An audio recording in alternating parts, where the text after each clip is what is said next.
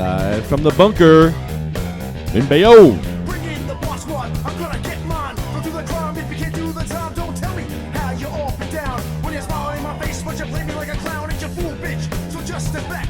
I'm mad dad when I come down straight. I thought you were my piece, but you play me out. Now I'm mad as hell, and I'm full of doubt. Who you wanna roll with? Who you wanna roll with? Lefty, let's roll. Who you wanna roll with? Who you wanna roll with? Lefty, let's roll.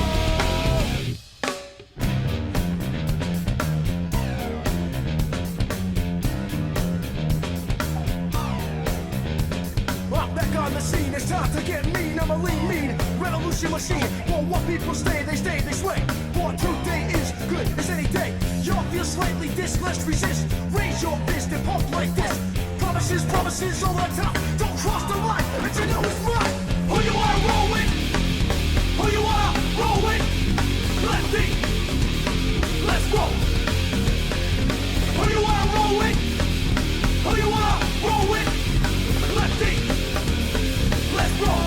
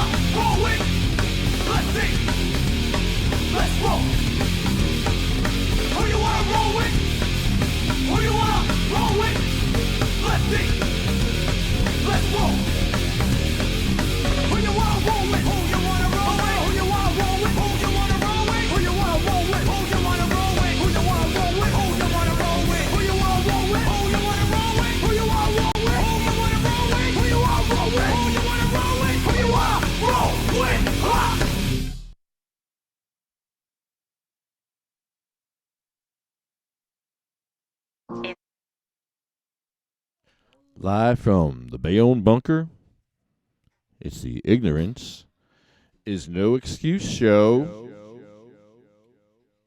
It's Tuesday night. Welcome to the show.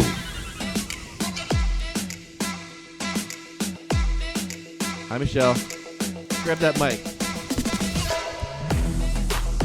I got it. Okay. Hello, guys. Hey, Carrol. Hey, William. Hey, Lefty. Hi, Michelle. Hello, Lefty. Hey, William. Hi, William. Hey, good afternoon, everybody. Afternoon, right? Can you hear me? Because I can't hear anybody. I can hear you.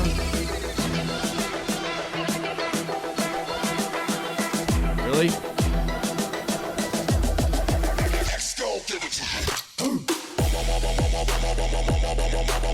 Better. Thank you.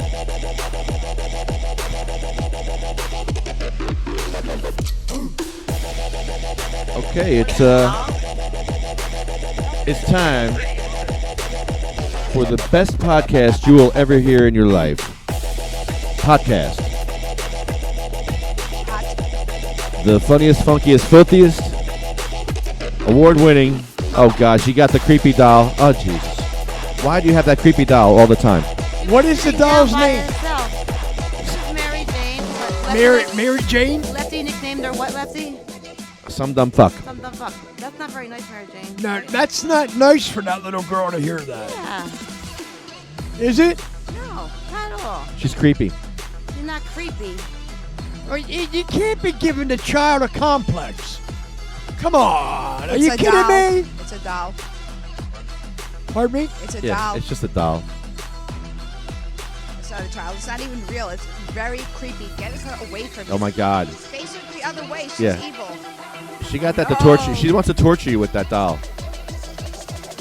That's great. No. Can I shave the head of that doll? No. At the dollar I'm store, gonna paint you eyeballs could on probably that get doll. glasses for it. Oh, what a good idea. I probably have them at home in my kids' junk. Better clothes, too, but this is creepy. It makes Carrol nuts.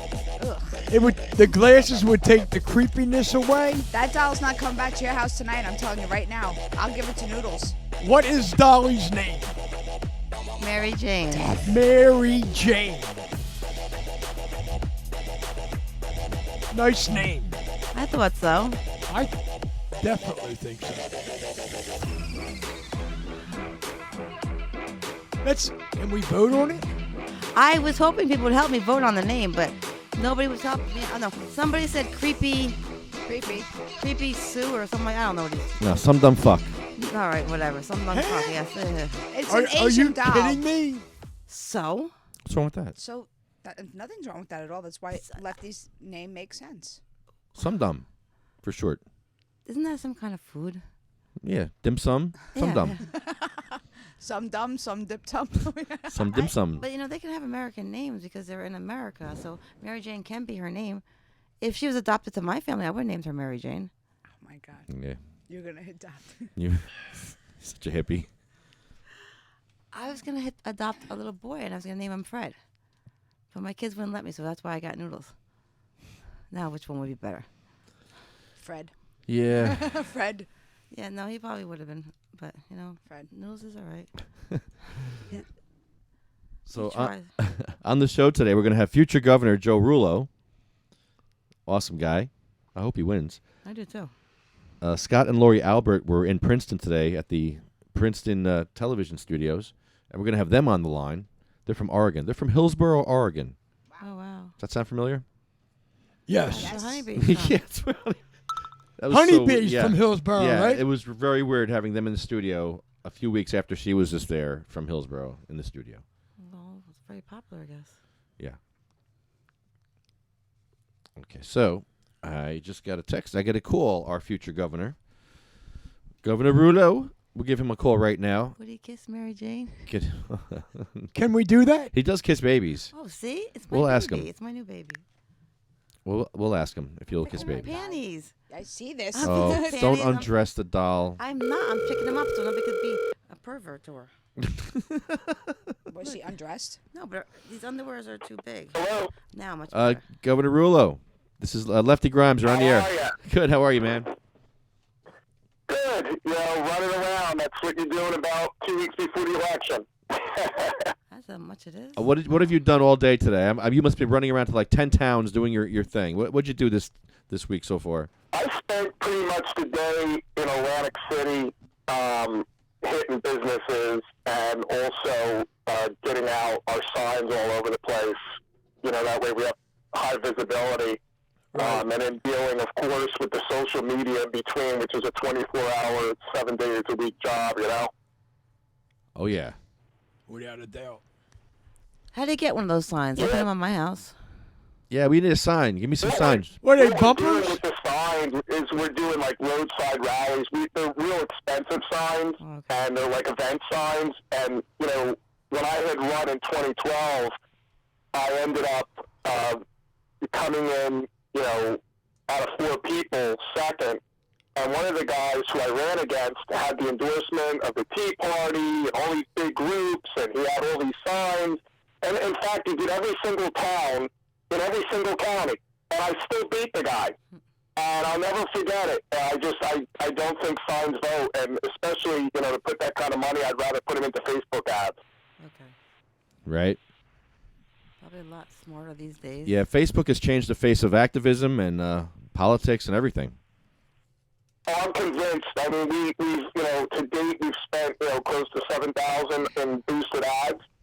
And not that we're not using signs. I mean, for example, we have a rally in Cumberland County. I think you saw that. And then we also have another rally in Manahawkin on the I believe it's, June 3rd in front of the ShopRite on Route 72. That's on a Saturday. And then the next day, we have a rally on Route 37 again. And as you can tell, there's a lot of Republicans in Ocean County who are really targeting it. I've been all around the state for the last several months, but the last week I'm really going to, focus on Ocean County where I live. That's where I need to do, the best in. Okay. Nice, Joe. So, what do you think about what happened last week with Scutari? We spoke a little bit about that. Any new suggestions on to fix this bill with Scutari? Yeah, what I want to do is I want to cap the tax at 7% and have it even lower to start out with. I think that they're being beyond ridiculous to charge people 25%. And I understand that cigarettes and everything else, but if we let them bring it to 25%, can you imagine in 15 years what it's going to be? Oh my It's going to God. be 150% like everything else. That's on medical?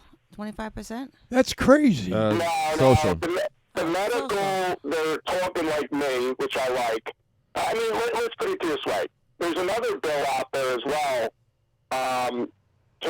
Assemblyman Carrol, and he's talking about no tax at all, but I don't like the word decriminalization because that's not legalization, and we all know that Jack Ciattarelli is proposing, after you get caught a couple times, decriminalization is basically to him, ready for this, a DWI. That's crazy. Yes, it is. I'm sorry, Joe. It's not. Hello? What was that? Oh, anyway, Joe, my name is William Haney, and I'm from the state of Pennsylvania, but I'm supporting your efforts. Thanks a lot, William. I see you all the time on Facebook helping me out. Yeah, and I was talking with Lefty a little while, last week actually. And when he was talking about the legalization, I was like, well, maybe there's a way I can try to talk to you off the air with a couple proposals. Yep, I learned a lot. I mean, listen, because of, Lefty and Honeyb, I basically, learned a lot about what was going on with the medicinal marijuana, the $200 club card, and the state sales tax on medicine. That's crazy too, isn't it? That's how we learn. Yeah, because I'm waiting to see how it develops in the state of Pennsylvania.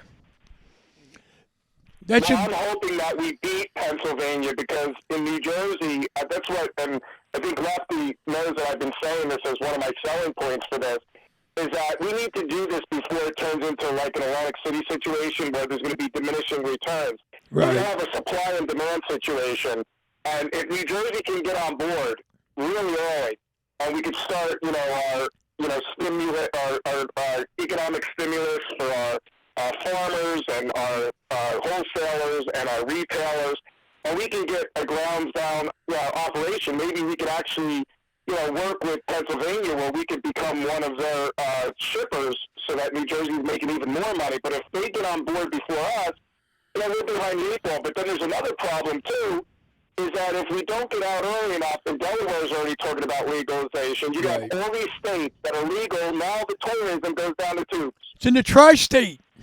It's the tri-state right now, right? Yeah, I mean, but we don't have any legalization in New York, Delaware, or Pennsylvania yet. And as long as that is occurring, New Jersey has an ample opportunity, if they strike when the iron's hot, to bring in the maximum revenue and maximum economic stimulus, before, striking while the iron's hot, before diminishing returns occurs. When you start to have all these different states jump on board, everybody's going to be able to go anywhere. You're not going to have people from Pennsylvania, Delaware, and New York coming to New Jersey to vacation and,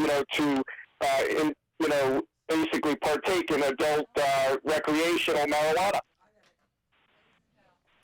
Yeah, well, we were talking also about, trying to move that word from recreational to social only because of the argument between cannabis and alcohol. if you come on the table as alcohol, you're going to come in as social. I cannot afford to come in as cannabis, come to the table and discuss things with you under the flag of recreational. I got to be on the same page. Yeah, but that is very difficult because you know as well as I do trending words, and to change that is a whole different campaign. It would lose focus on the issue, you know? Yes, sometimes. But also to focus on from the recreational standpoint, we're not bowling, we're not going fishing. I've personally never met anybody who ruined their lives from smoking pot. I met Right. so many people that the list is so long that I could spend probably close to 100 years on this call right now talking about how many people I know that have lost, you know, their families, their college careers, their sports. You and I both. Their health, their liver. Alcohol is absolutely horrible on the body compared to marijuana. No doubt. But they don't want to believe that. It's just, you know, if I ever look back, you know, going through college, Right. one of my biggest regrets was ever, you know, meeting alcohol. I never had any. I got straight A's in, you know, college when I smoked. I did. I mean, Okay. when I started drinking, turned 21. That's when my freaking grades started dropping. When I was drinking alcohol, because you go out and party all night, you wake up the next day and you feel like you'd rather be dead. Yeah. Or run over by a truck, right? Yeah. I mean, I was just thinking about that, Lefty, the other day. You know, unlike these other politicians who all smoke pot, not all, but most of them, a bunch of hypocrites don't want anybody else to be able to do it legally. But Right. I remember, like, I remember specifically, I mean, you can look at my report cards and you could see, I could show you, like, a timeline. Okay, this is when I was smoking marijuana and this is when I was drinking alcohol. And literally, you could see the differentiation in the grades. I used to study for 11 hours if I smoked, versus if you drink, you don't want to study at all. You can't even see the page. Yeah. I don't even think, hey, did you ever even hear me talk about smoking before on the air? I just brought this up, huh? Breaking news. Uh-oh, breaking news. Right. But I mean, come on. I mean, you know, did you see the one woman in Congress who got busted growing weed, and she was one of the biggest opponents against marijuana? This was recent, like about 6 months ago. Yeah, yeah. What a hypocrite. Yep. That's just like these religious, somebody who's really religious, you know, and goes against porn and then gets caught with a hooker. I mean, come on. That happens a lot. Yeah, it does. And I mean, you know, the other thing too, you know, look at the fascinating dynamics, Lefty. Look at Joe Rullo, right? When he first got in, early 2015, even the Star Ledger in 2015 was saying marijuana wasn't a good idea.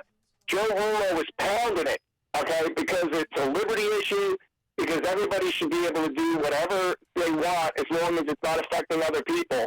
And in this case, it's really not affecting people, and it's their right to be able to do it. I took that, you know, as a hardline stance on that issue. And look at all of a sudden, the last 6 months, the newspapers all trended towards my favor of wanting recreational marijuana. And look at how quick, all of a sudden now, Jack Citarelli is like, he was totally against it. In fact, he voted against recreational, he voted against medicinal marijuana for veterans with PTSD. I don't understand how you can be against medical marijuana for PTSD about 8 months ago, and now you're for decriminalization. Well, we know why, because he wants a DUI if you get caught a couple times, right? Right. Joe, do you have any personal experience with medical cannabis or somebody who, in your family maybe, who needed medical cannabis? I know a lot of people who take it. Yeah. Anything that... Absolutely. You know, looking back, I mean, I know people who smoke all the time and they can't focus. It helps them focus. It's a hell of a lot better than Ritalin or Adderall. Oh, my God. Oh, yeah. That stuff is so toxic on the body. And again, you know, to bring up William to par, you know, Lefty and I have spoken about this before. Listen,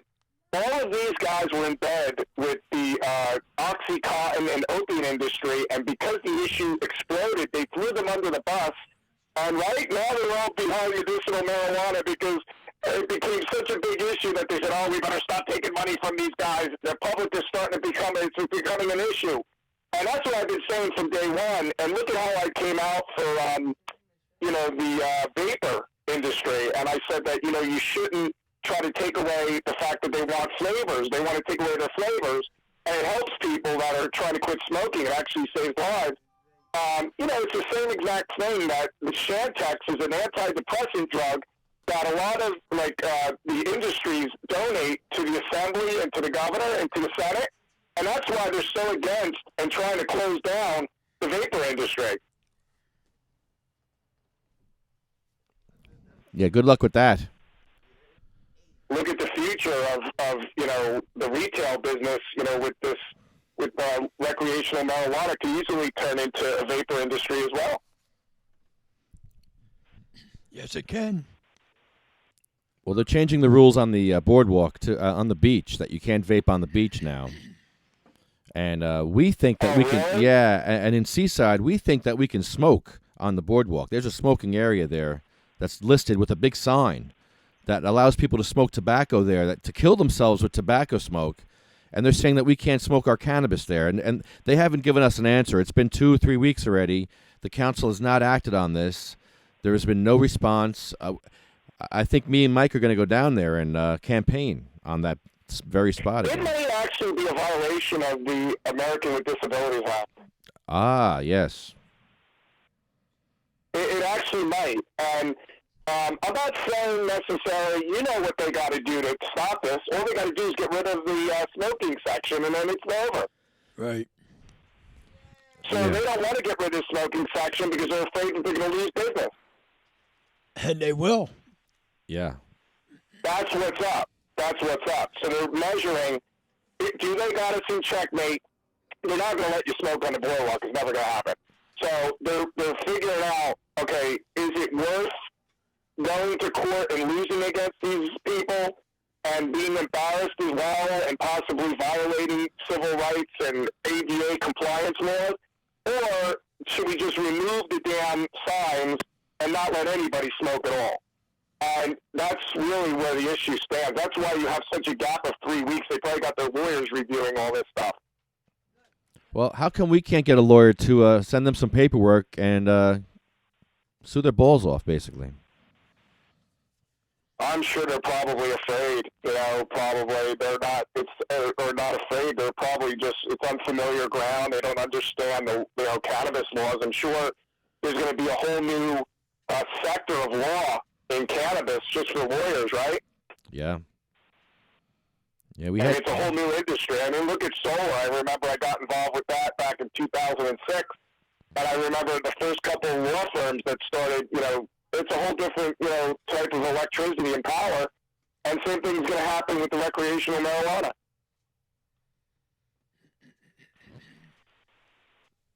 Yeah. Well, our smoking area is actually 20 feet further down. So what are they going to do? Send cannabis patients further away from the boardwalk and allow... It's a bad look for them, first of all. It's a bad look for them to allow the drunk guy with the cigarette to smoke there. And I'm probably going to make an obnoxious video about this somehow. Maybe a Goofus... Remember Goofus and remember Goofus and Gallant? Maybe we'll do some Goofus and Gallant kind of stuff. I mean, basically, the only thing they got to do is just remove the smoking sign, and then the law, it would prevent you from smoking, period. I wish they would, because, we have to smoke at the border. Our life as a patient is to understand these borders. We need black and white. Patients cannot live in the gray area or they get victimized. The police, Exactly. Their first reaction is to take them to court, let the judge figure it out. And we don't want that for patients. We want protection. And we appreciate And that. the cops, at least, the cops were pretty cool, right? I mean, from what I was watching, they kind of didn't know anything about it, and they even said, go smoke in your car if you want. I was like, wow, can you imagine that 20 years ago? Yeah, I can't smoke in my car. It's almost comical. I got to be honest with you, Lefty. You know what I mean? It's almost comical listening to the cops say, go smoke in your car. Yeah. I mean, think about it. It's illegal in New Jersey unless it's medicinal. He's telling you to go smoke pot in your car. It's like, yeah, go have a drink in your car. Go drink in your car. No, that's not going to happen. And believe it or not, they don't have a problem with it. I mean, I bet you it was like the township that made the biggest stink about it in a political thing. And you saw, like, the one guy, I don't have a problem with you even doing it. It's just, you're going to have people that are, I don't think, honestly, my opinion, I mean, they shouldn't even have a smoking spot on the damn boardwalk where people are eating anyway. It should be somewhere off the side or something, You should have all the smokers in one area. The smoking spot you're talking about, it's like right where people walk by. It's over by the seafood place, one of them, right? You're right, by Dunkin' Donuts. I mean, solve the problem. Put it in an area where there's not a lot of people at. Yeah, you want them in an area. What the problem is. You want to corral them because you don't want your children walking through tobacco smoke either. So you want to corral the smokers in one area and keep them away from, everybody. So if you're going to allow tobacco, you have a horrible smoking spot. Yeah. Period. Bad situation. Bad leadership. I've smoked a cigar and had somebody say, "Go F yourself." Oh man, Joe, we need leaders like you that are reasonable and smart and that are going to protect patients' rights. We appreciate all you do. Well, I'm going to tell you, we have a damn good chance. It's, we're looking at 14 days from now, and, we have a lot of, great patriots coming out for different issues. I mean, if you look at my stances, people vote who, are pro-legalization, pro-medicinal. People vote that are pro-vapor. People vote that are pro-Second Amendment carry conceal. People vote that are pro-off-road vehicles. And I have, spent the last 2 years fighting for everybody's rights in this state. Look at off-road vehicles. I never brought this up to you. These guys are taxed for the vehicle at 7%. Then they pay registration for it, and then the insurance that they pay on it, the state gets a surcharge. You're not allowed to drive it there in New Jersey, and you're being taxed 3 times. Oh, my God. I mean, are you going to be kidding me? That's not common sense. That's like, I'm like sitting here like, I can't believe I live in this dictatorship state. What are we going to do, Joe? They wonder why they're going bankrupt, because nobody wants to be here, because it's like being in North Korea. And it's like, ready for this? It's like when you're living in New Jersey for your rights and your liberty, it's like you feel like all these states like Pennsylvania, Florida, they're all looking at us through like a looking glass, like they do South Korea can look to North Korea, like they have a tourism spot where they can actually look over into North Korea and it's all dark and boring and, nobody's allowed to do anything over there and the laws are all restricted. How is New Jersey any different? If you look at like something like, Arizona, or if you look at Colorado with the legalization, and even, I don't know what their gun laws are over there, but I know over in Florida and Arizona, it's not carrying a gun necessarily. What the argument is about is that these damn killers and these terrorists and all these other people that, use guns illegally and prey upon us because we're not allowed to carry and conceal, they don't know if you have a gun or not when carry and conceal is allowed. And they're less apt to kill you with a gun because they don't know if you have one. And they're less apt to rape the women because they don't know if the woman's got a gun in her purse. Wow. That's about right, though. Goes with marijuana, That's about right. I mean, with Unfortunately. marijuana, it's not much different. I mean, if you think about, people are smoking it everywhere. And it's, it's basically, I hear people, it's spiked. People put this in it or put that in it. Yeah, it's because you don't know where the hell it's coming from. I mean, most of this drugs and stuff is coming from the border wall that we don't have yet. It's coming over the border, and it's coming from, different countries. Why aren't we, growing this thing that God put on this earth right in New Jersey, and it's going to be safe because it's going to be regulated? I mean, it's a no-brainer. That's a fact. Joe, I got another topic for you real quick. What do we do about the terrorist threat in the United States? Well, there's several things. I mean, first, that I came out for the pastor over in they own when all the other politicians hid. And there's this thing called Sharia law, and that is absolutely contrary to our Constitution, and that won't be happening in New Jersey. Number two is I absolutely will stand by not only Donald Trump, but I will do everything in my power to keep refugees out of New Jersey because of all of the risk that's associated with the threat to national security, and it's absolutely a clear and present danger to New Jersey. I also would like to work with veterans that are coming back and are back from overseas and incorporate them with our police department because they know what terrorism looks like, and they can work with the police. Have a volunteer unit, but as well as if we have a budget and we can get some federal money, of course, when we have a president that's Republican, that's possible, and, stimulate, the job market for the unemployed veterans in New Jersey. Yeah, the vets need help, that's for sure. Absolutely.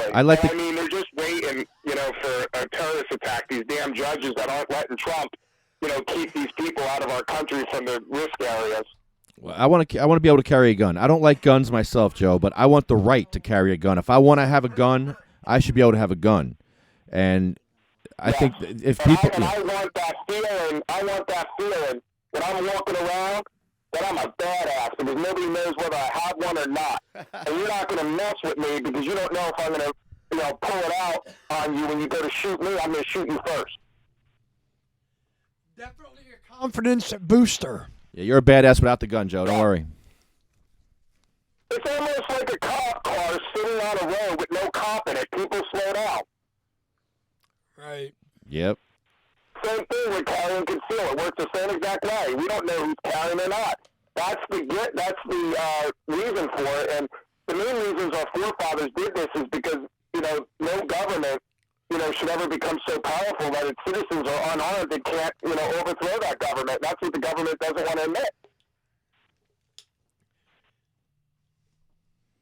Well, the Army would have to overthrow the government. We have to get everyone in the Army, all the Marines, to overthrow the government. So they already have the gun. Well, I'm talking about in our Constitution, it's basically very clear that, people are to, have their rights to protect themselves, and we're also supposed to protect ourselves if the government ever becomes a tyranny, like happened, with England. So, Joe, should I be allowed to have a bazooka if I want one?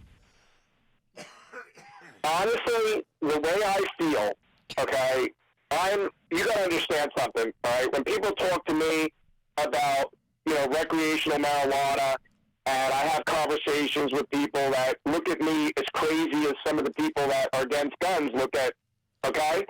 And I know you, and I know a lot of people who are in this cause, and I'm professional, and so are you. But they don't understand that. The same thing is with guns. Now, listen, does it matter what the hell the gun is if the person's not going to use it to blow somebody up or kill somebody with it? Right. It's not going to make any difference. In other words, these damn Democrats in this state, all they do is, by the way, the highest amount of gun violence is in Camden County, Essex County, all the Hudson County, all these counties where there's like the strictest legislators that try to take away everybody's guns, and what they do is they make sanctuary cities for people that know that they can carry a gun and nobody else has one. Wow. Well, I want the right to have whatever I want. If I want a tank, if I can afford a tank, and I ain't going to kill nothing with it, I want a tank. Well, that's a little different there, Lefty. That's military stuff, but I don't know about that. Too much? Too much, Joe? All right. I'll stick with a bazooka then. I'll take a bazooka. I don't know about that. That's more paranoia. All right, a bazooka will work for now. I'll take a bazooka. I haven't met any 2A people yet that wanted a tank. Well, remember Dukakis? He looked pretty good.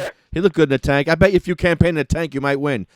Because you're hot. You'd look good in a tank. Dukakis was in a tank, and he lost pretty bad, right? Yeah, but you could rock a tank, Joe, I think.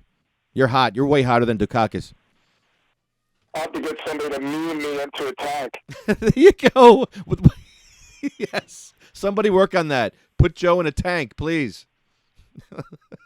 Abrams tank. Running over all of the bad running over the bad politicians, Thank you. That's it. There you go. Somebody work on that. Chris, Auto HD Films, work on that, please. Somebody. We need that meme. Joey. Oh, that's a good one. You're going to see memes all over the state, though, that are starting to come out. I think you saw the one with Jose Arango. Which one was that? Hudson County. Oh, no. That was the one, and it's going to say Colin K all the way. Okay. KK, get it? I'm pissed that you weren't in the debates. Why are they keeping you out of the debates? What are they afraid of, Joe? Well, there's been a total of 6 debates. I was in the first debate with Rogers, and he was the only one that was there. The second debate, it was me, Rogers, Chitterelli, and then the third debate was me, Rogers, Chitterelli again, and then the fourth one was like the same. And I've been in 4 debates already. The reason why we weren't in the 5th debate and the 6th debate is because it was rules with ELAC that if you didn't raise $430,000, basically, and get matching funds, which is, if I didn't take taxpayer dollars, I wasn't allowed to be in a debate. Isn't that ridiculous? Yeah, I don't get that. It's stupid. That's what it is. Like and if I'm governor, that's never going to happen again. I'm going to do everything in my power so that everybody can do it. Yeah, it's like you have to be corrupt to be in this debate. You have to have money, and it's like, what? So stupid. You have to have money, period. Yeah, you need money, period, but come on, man. Well, the guy you're running against, Jack Ciccarelli, is that his name? I can't spell his name. It's Ciccarelli? Joe? Yeah. Yeah. So who's the bigger douche, Jack Ciccarelli or Kim Guadagno? Guadagno.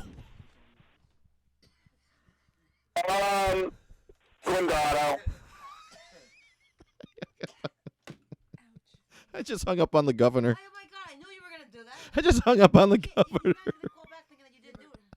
You did it on purpose? Oh my Wow. God. Yes, he did it. But what do You should have at least let him know that No. you do this. He does it all the time when he says, "Who's the bigger douche?" Everybody should be prepared. When he says, "Who's the bigger douche?" Whatever he says, he's gonna hang up on you. You hung up on the governor, He that's should have rude. gave him a heads up a while back that this is what he does. Maybe you should listen to the podcast. Yeah. I just hung. He just blindsided I him. blindsided the Blinds governor. Everybody though. I got the Are you governor. going to answer the phone if he calls back? Of course, he's the governor. Got to answer the phone on the governor. Yeah. Future governor, man. I got to You pick should up. answer the phone for me when you call. I say, I don't know what happened, governor. I don't know. The phone just died. Sorry. Who's the bigger douche? That's all. Play the These two game. people, he hangs up on you then. You did it to me when you were in Trenton one day. And I called back. I think it was my phone. Okay, so that was a really good Billy, call. want help? Where's that joint? What do you? Oh no, William. Oh God, What's no he one. doing? William. Oh, don't even touch it. Just hold the mic. I would just give up on that. All right, the next. You did not just blindside the governor. Yeah, he did. I did. Yeah. You gotta clear these things first. And I got kids canvassing. Did they come here with the blue? Okay, kids are canvassing. Talking to the mic. I can't hear you. Mike Alonso. We got kids outside. Mike Alonso has kids And outside. it says vote for Nick Chevroletti. So What? Where? They got a checklist. Oh, really? They want to make sure who lives where. And Tell 'em that to come in here. everybody votes, Wow. Bring him in here. You want to tell them to come in? Yeah, come in here. No, What do you? it smells like- I want to talk to them. What age kids? What I want to age talk to kids? these little, All right, all right. Ooh. How, That's so ooh. mean. Don't do that to the little kids. You're gonna get. You're voting for the wrong guy. Blunt in his hand. Bring that man Get back. the hell out of here. You can't even pronounce his name. Why not? Chicharelli. I Chicharino. wonder if you're able to say Oh, I it. see them. They're across the street with notebooks. Samantha walking. used to do that. She got paid good money. She got paid good Oh, money. they're to getting do that. paid? Oh, let's ask them if they're Yeah, getting no, the paid. kids get paid like $20 to do that. Really? Yeah, they don't get paid cheap. Samantha was so upset because the last governor, no, the mayor of Bayonne, Bill whatever, the one who won, the one who was caught with sexting charging. Yeah, she was. Sexting? Yeah, but she was paid good money for that. I Really? mean, yeah, they were caught. Right. Put it in the cup. Are they coming in? They can't come in. Nah. Oh, they can't come in. Oh, they're kids. They're actual kids. They're children, No, underage. no, No, we thank can't you. They bring don't kids even in vote, here. so why do they even put them around? No, we can't bring. No, but tell them Why they're. are they sending underage kids around the neighborhood? Oh, That that's just- what you do. You pay people's kids See, to told you walk guys. around, and then their parents vote for you. I didn't vote for the guy she walked around with. I felt he was an I idiot for don't giving my find kids that $20, safe. whatever. Because you wise to the game. Yeah, I'm a mother. I know. I said, all right, I could take his money, but I'm not voting for him, Samantha. And she did work for him a lot of times. All right, wait, hold on. Joe Rullo's website is joerullo2017.com, right? Micah, is that it? Here. Rullo2017.com. Rullo2017.com. Give Joe some money. We want to support Joe. I'm going to send him $10 just for hanging up on him. I'm going to send him $10. You should send him 20 for That was a hanging up $10. That was a $10 hang up, Joe. I'm sending you $10 for that. I apologize. Yeah. You see, you don't ask for permission, Mike. Learn in life. Don't ask permission. Never say ask forgiveness. Permission, you don't get 50-50.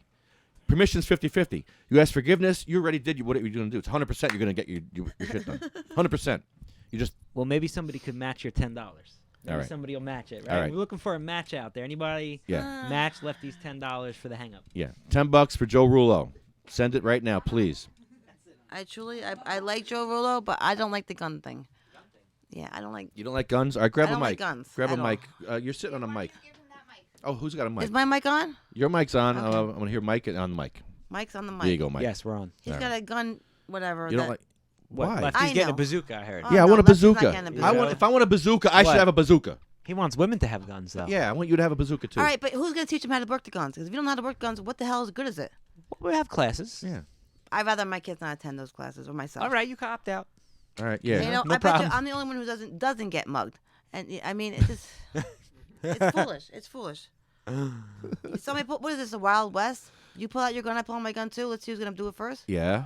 No, it shouldn't be the Wild West. We can't help but, it. But see, the problem is they have the guns already, you see. Yeah. The thing is, then stay Yeah. away from the fucking guns. Would you rather live in a police state? Where the, You know? No, I'd rather have the guns. Who are they that have the guns? Yeah, who- The criminals. Who are the criminals? Because I know a lot of them, and they're not gonna take it out on me. You know a lot of them? I The know a other lot of criminals. Well, yeah. they must be doing like white collar crime. The other criminals that Okay, want to that do do what? carjackings and that want to That's mug in you. Newark. Well, that's 4 miles away, by the way. It's not like Yeah, it's it's right across the river. It's like, Yeah, you're right. I live about 20 miles myself from Newark. I mean, Jersey City, I don't think is Jersey bad. City. No, it's not bad anymore because they built that up with all those condos now. So parts of Jersey City. downtown, just one little section, Well, And Greenville what was happened never to all any big those deal. people that used to live there, right? Where'd Well, they no, go? no, but they're not living there. Yeah, they're not living there. They're living somewhere else now. with Union their City now. guns. So as long as it's farther away from me, I really don't give a Oh, shit. see, Union City. You want them? Union City, I don't even know the other cities, but yeah, that's where they are. They're not in Bayonne. Well, You just you should be able to have a gun at home, right? for what? What are you gonna do with it? Safety, just Safety for who? protect yourself. Yeah, just I want in a gun. case. Get an alarm on the house. There's crazy people. Get out a there, dog. No, Get I want a dog. gun. That, My dog's not gonna wreck my I'm house. not The good gun's with not dogs, gonna wreck my house. They bite my No, furniture. guns are gonna sit there and collect dust until you have to use it, and by then you won't even have time to go get it. And what are you expecting? A war at your house? You expecting somebody to come in your house and bust through and kill you all? No, but I think I had a neighbor that was really hooked on heroin, and he used to go in people's cars and steal stuff. So, It was in your house. Did well, you I have mean, to go that face could have to been face with next. the guy? That could. Were you gonna gonna shoot him if he took your cigarettes out of your car? No, in your but, house. if he came in my house Oh. and he saw the gun, he might think about just turning around and leaving. Yeah. If he came in the house and a dog came to his face, I bet you he'd turn around unless he had a I steak don't with know. him. My dog just rolls over and plays dead. Yeah. you know, Some for people fun. don't like dogs. Yeah, I know some people don't like dogs, but my dog sits there at the gate and barks at And everybody. if he's a smart it's a guy, good he's thing. got bacon in his pocket, so the dog is useless. Yeah, that's true. I can get past your dogs, Michelle, easily. You could throw a whole entire thing of bacon. They can finish it in a matter of a heartbeat. yeah. And then they'll still sit there and burp in your face as they bite you. No, that. They'll be your friend after that. What? They'll be friends with them after that. Once you feed a dog, they're like best friends. Then you pet them, make Yes. friends. Yes. You feed That's them, why you're you not pet allowed them. to pet the dogs at the airport. No, you're Because not then- allowed to no. police dogs. You're not allowed to touch at Because all. then they'll be nice to you, and then they won't Mhm. pick up the scent or whatever they got to do. Yeah, they Sure. want to attack you with their Right. metal teeth. Oh, stop giving dogs a rough name. They're only police dogs. They don't want to be police dogs. They grow up. They're made to be police dogs. Yeah, but you still can't. They don't let you pet them. No, but you Oh, you okay. can't pet them because if they get the petting, then they don't want to be a dog anymore. They want to be a pet. They don't want to be a working dog. I don't like police dogs. I don't think it's fair to the police dogs. It gives them.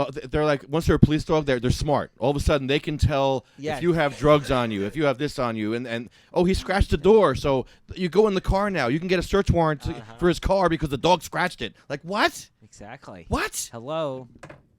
The dog Maybe is the smarter dog's than just humans trained now. You to know? scratch the I put doors. bacon grease on the door. That's why he scratched. Yeah, at it. yeah, right? You know? It's like I know that trick.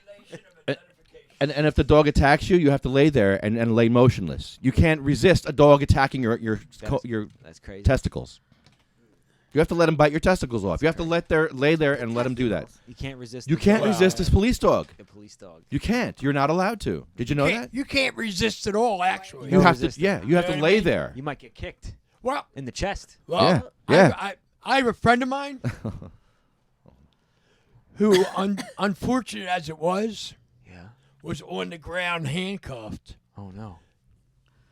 and being kicked and squirming like a fish. And the officer, K9. his attitude was,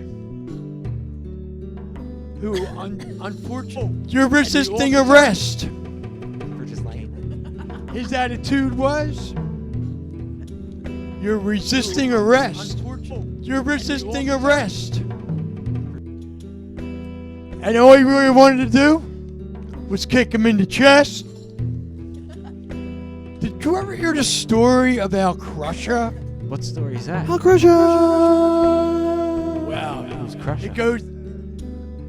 it goes back to East New Brunswick. East New Brunswick. What the hell is East New Brunswick? I was in South Brunswick today. There's no such thing as East New Brunswick. Well, in any event, East Brunswick. Here we Wherever go. it was. or East All right, Brunswick. East Brunswick. All right. Okay. In any event, Yes. East it was Brunswick. east. Of It Brunswick. was east. Okay. Of Brunswick. So now that we got out, now that I understand it, there's East Brunswick. Yes. East Brunswick. Makes it a lot better and clearer for me. You know what I mean? Right. In any event, in this area, Of East Brunswick. there was an officer. Yeah. Yep, that was his name. Play that again, will you? I didn't say anything. I said East Brunswick. We could just. Are you kidding me? Are you kidding me? I'm in a position right now where man, you don't know. Anyway, East Brunswick. East Brunswick. So there's this police officer there,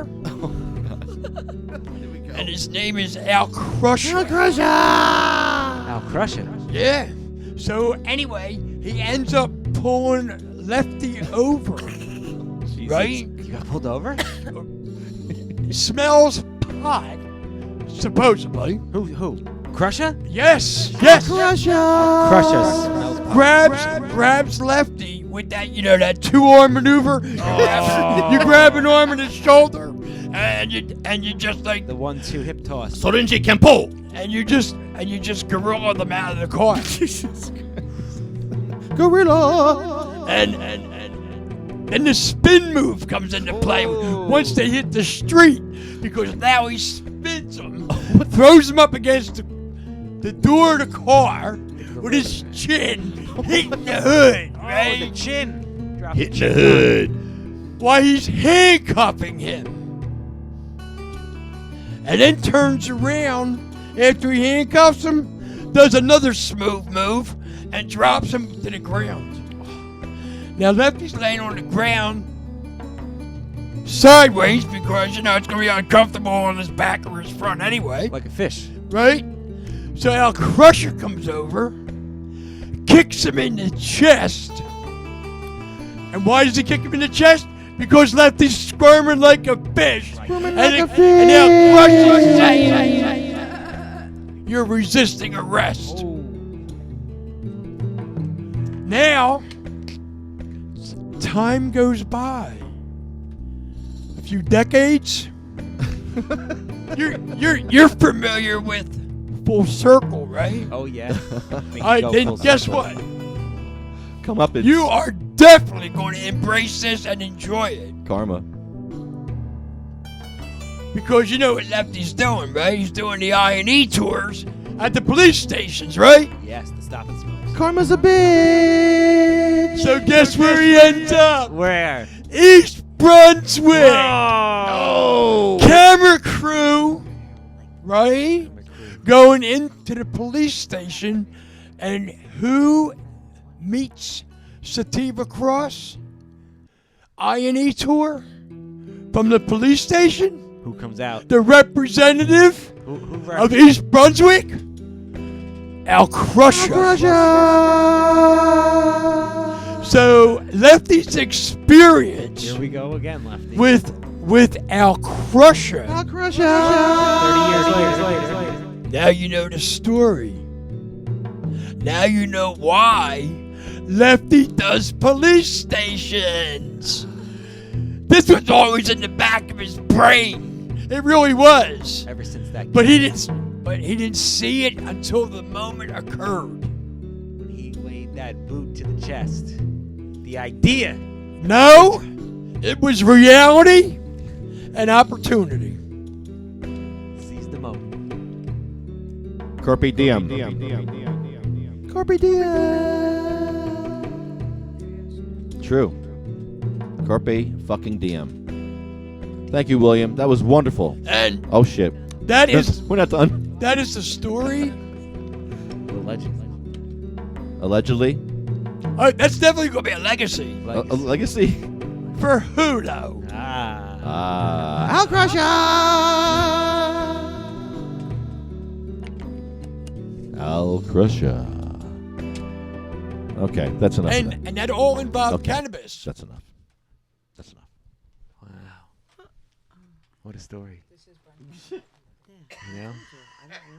It got me. That is a heck of a story. It was actually South Brunswick where I ran into him as a court cop. He retired from East Brunswick. He's double dipping now. He retired, he's getting a pension from East Brunswick, double dipping by working in South Brunswick as a court cop. No, that's wow. So, yeah. Court cop. So, normally, I don't give a fuck. Get what you can, but Al Crusher was a jerk to me, so I'm going to call him out on So he whatever. works for the courts. He's a court cop. And I can go back there anytime and see him, any Thursday. He runs away from you, though, Lefty. He runs into the bathroom, but now I have a press pass, and he can't run away from me because I'm allowed to film in court He with can run into permission. the bathroom, though. I can't. You run in Yeah. the bathroom with him? How long is he going to stand in the bathroom for? I don't He know. stayed in the There's bathroom got for to a be while some before he rule ran back. against the. Yeah. I mean, if you have diarrhea, stay home. You know what? We'll go in there first, and we'll take all the stalls. Maybe he had nervous anxiety. Line outside. Wow, Mike, you think You like know what I I'm do. You're saying? great. I love it. That's What's great. he gonna do then? We need volunteers He'll to just film keep washing his volunteers hands. to shit. Shitters. We need some shitters to come. Oh no. Save it up. Come on down. Have some coffee. Thursday. Wow, that's brilliant. All right, let's do that. Next time we go see Al Crusher, we'll bring a bunch of people after shit, and we'll sit in there and stink it up so bad that he don't want to go in there. He'll have to go in a ladies' room. Then we gotta bring a lot of ladies, too. Oh my God, you guys are the best. You're the best, for real. That's a great idea. So I did not know that information that you just revealed on how you originally met him. Now I get a better understanding. What do you mean you didn't know what? I didn't know that you confronted him on his behavior in regards to the world of economics and trying to make a living. Right? Because you're telling me Al Crusher was double dipping, right? Yes, he was. I found out because he sued the two cops that beat me up. Two of the three cops that beat me up sued each other Was this before or after your incident? after. And they used my lawyer, Bill Buckman. I think Bill Buckman was either Al Crusher or Mark Antonio's lawyer. Uh-oh. They were fight. Yeah, there was a conflict going on between Al Crusher Al Crusher's lawyer? and I think me and Al Crusher may have shared a lawyer. I'm not sure. Wow. How Right? Yeah. how does that work? Yeah. Tell me that. How does that work? Who had him first? I don't know. I had him first, I don't get that one at all. but he knew that my lawyer was the best. Yeah, but I don't understand how you two are in court You know what I'm saying? and 40,000 you just have the same lawyers, attorney. you know? Are you kidding me? No, not the different times. Different times. When Al Oh, Crusher okay. sued Mark Antonio, he sued Mark Antonio, who was another cop that beat me up that day, and they sued each other. And Bill Buckman was one of the ones who sued the township, I believe. I believe he sued the township on some overtime shit, and they were fighting each other. Mark Antonio was probably a witness for the state. Who knows? They were fighting like little kids. That's just some inside scoop that I know from my inside people. I have inside people, just like you guys have inside people. And it's good to have info. I need intel. Good intel, though. All right, that was a nice song, William. Thank you. Oh, so let me get back to our show here. We have to call Les Stark. Okay. Who's Les Stark? Les Stark is an activist from Pennsylvania, We like those. and he's a hemp activist. He knows everything you can possibly know about hemp. We like those even more. And I want to know what he has to say about what's going on with hemp. All right, here we go. Get him on the line.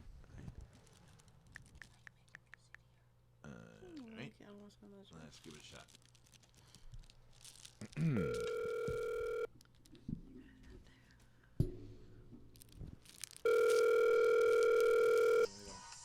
Are you calling her? Hello, Les Stark speaking. Les Stark, you're on the air. This is Lefty Grimes, Sativa Cross. How are you, man? Pretty good. How about yourself? Oh, I'm not bad. I'm in a lot of pain, but hey, I'm smoking a joint. I'm going to do a dab, and I'll be better soon. Yeah, same as every day, huh? You can't do that in Pennsylvania, though, right? You'd be arrested if you actually dabbed and smoked a joint right now in public. Well, in public, but you know, I don't usually dab in public, so I don't. So, yeah, it's gonna change. Slowly. Yeah, too painfully slow, but in a long stretch of time. When we look back at this period 20 years from now, we're going to think that it happened fast. Once we started getting a foothold, once Colorado legalized in 2012. I mean, we're talking about 4 years ago. Now there's 9 states. If the governor of Vermont lets the law that they just passed become law, that'll be 9 states. 9 states in 4 years, and we can expect over the next 4 years to add another 8 or 9. And at a certain point, it's just going to, it's going to end. And once it ends here in the Northeast, once New Jersey legalizes, and Pennsylvania, Maryland, and Delaware, and all of New England, basically the war's over. I mean, it still has to change for the rest of the country, but once we change here, and all indicators seem to say that, that's where we're heading, and probably sooner than most people realize.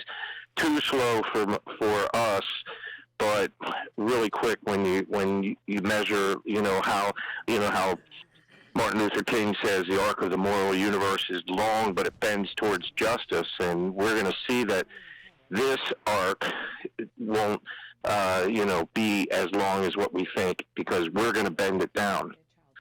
So.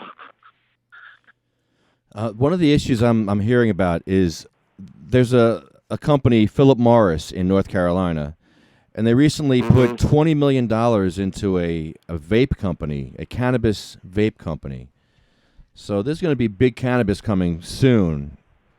How do you feel about that? Well, I don't really like it, but I always look at it from a cannabis consumer's point of view. And to me, I'm not I don't have money. I don't get paid. I'm an unpaid, broke activist. I don't have money to ever invest.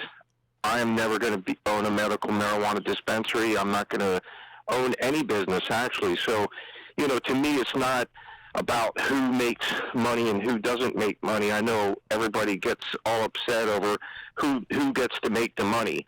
And the main people who argue over who gets to make the money are people who want to make money off of it. And as a cannabis consumer, I want the right to smoke as much cannabis as I want. I want the right to grow my own cannabis. And if I can't grow enough or my crop doesn't turn out right, then I want to be able to go somewhere and buy it.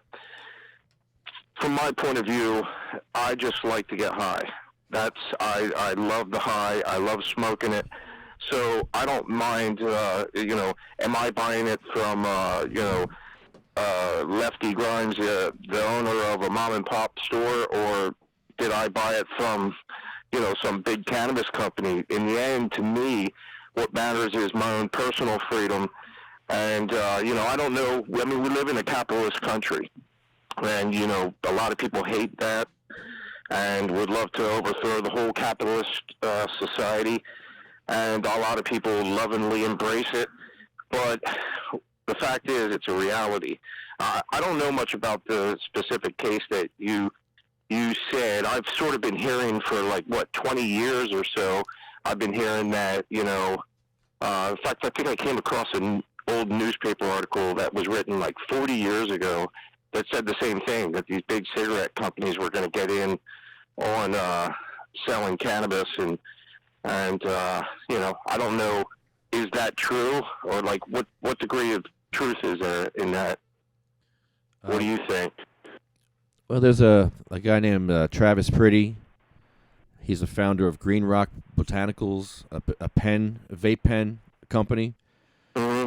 Okay. And he's involved now with, he's a manager for Philip Morris all of a sudden. There's a lot of connections being made between the cannabis vape industry and Philip Morris now. This guy, Travis Pretty, is one of them. Priddy. Yeah.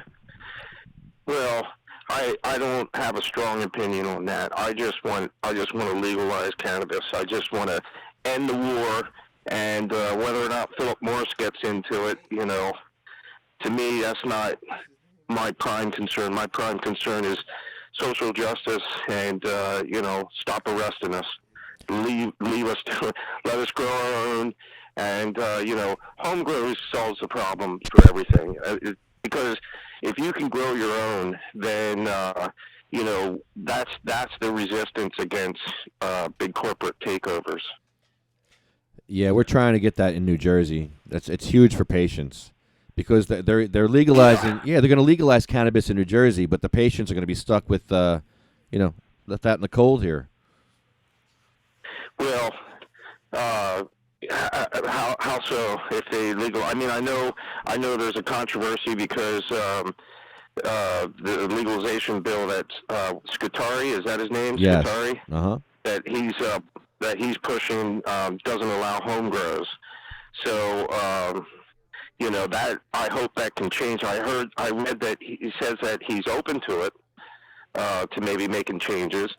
So my advice, because I know it's very controversial, and I know a lot of people have really strong emotions about this. So my perspective, I'm coming from a Pennsylvania perspective. I think that people in New Jersey have to fight for home grows. They have to do everything that they can to make their voices heard. Any kind of direct action, rallying, direct lobbying, getting in the newspapers, doing whatever they can to push home grows, because that's the key for everything. But I would hate to see the bill rejected because it doesn't allow home grows. It seems to me, from like I had written on a comment on somebody's post, that from a Pennsylvania perspective, nothing will cause the dominoes to fall more than if New Jersey legalizes cannabis, because in Pennsylvania, we're at the point now where we're just trying to reduce penalties to get sort of a decrim light bill passed. There's a bill in the House called HB 928, and it reduces penalties for possession of up to an ounce from a criminal misdemeanor with a max penalty of 30 days in jail and a $500 fine to a summary offense with a max penalty of $300. And you won't lose your driver's license, and there's no threat of jail. And that's not true decriminalization, because a summary offense is still technically a criminal offense. But when you remove the threat of jail, lower the fines, remove the threat of losing your driver's license, it feels at least like a form of decrim. But we might be able to get that passed, but there doesn't seem to be a lot of urgency on the part of the General Assembly to pass it. But we still think we have a shot to get that within a year. But that's the point where we're at here in Pennsylvania. We're still begging them, please, just at least make it a summary offense. Please, that's the point we're at now. If New Jersey was to say 1 year from now, after Governor Christie is out of office, and sometime around this time, a year and a half from now, we are able to get this form of decriminalization in Pennsylvania, and Jersey goes ahead and legalizes it, nothing is going to spur Pennsylvania act more than that, because everybody from, east of the Susquehanna River, New Jersey, we grew up in Jersey. Everybody goes down to the shore. They go to Wildwood, Atlantic City, Ocean City, all over New Jersey, up and down the shore. So it's just a tradition. So most people in the eastern part of Pennsylvania, we have a strong kinship and affinity and relationship with New Jersey. And, that's going to be huge. I can buy it, and if I can go down to the shore, have a good time for three days, smoke some cannabis. For the people of New Jersey, you have to work for home grows, and that's very important. But the whole concept shouldn't be necessarily tossed out because it's not perfect. Because when I go to Jersey, I care about home grow. Home grow is a human right that we all should have. But when I go to Jersey and I go to the shore and I spend 3 days down there and I buy some cannabis and then I take it back to Pennsylvania for me, it doesn't matter too much to me whether Jersey residents can grow it. I got a place to buy it. I take it back home where it's decriminalized, and this is going to spark a whole revolution in the Northeast. If Delaware can do it, which I don't know if they can, the time seems to be ticking down, and they have a uphill battle. They have to get like 2/3 majority vote, I think, to pass it. But the change in Delaware and New Jersey is just going to be huge, huge, huge, huge.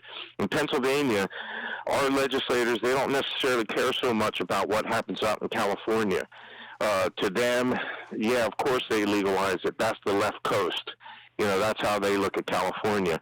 It's way over there. Even Colorado didn't affect them too much. That's still way over there. Washington State, that's all way, that's as far as you can get from PA. Alaska, how far away is that? So what affects us is what goes on more in our neighborhood.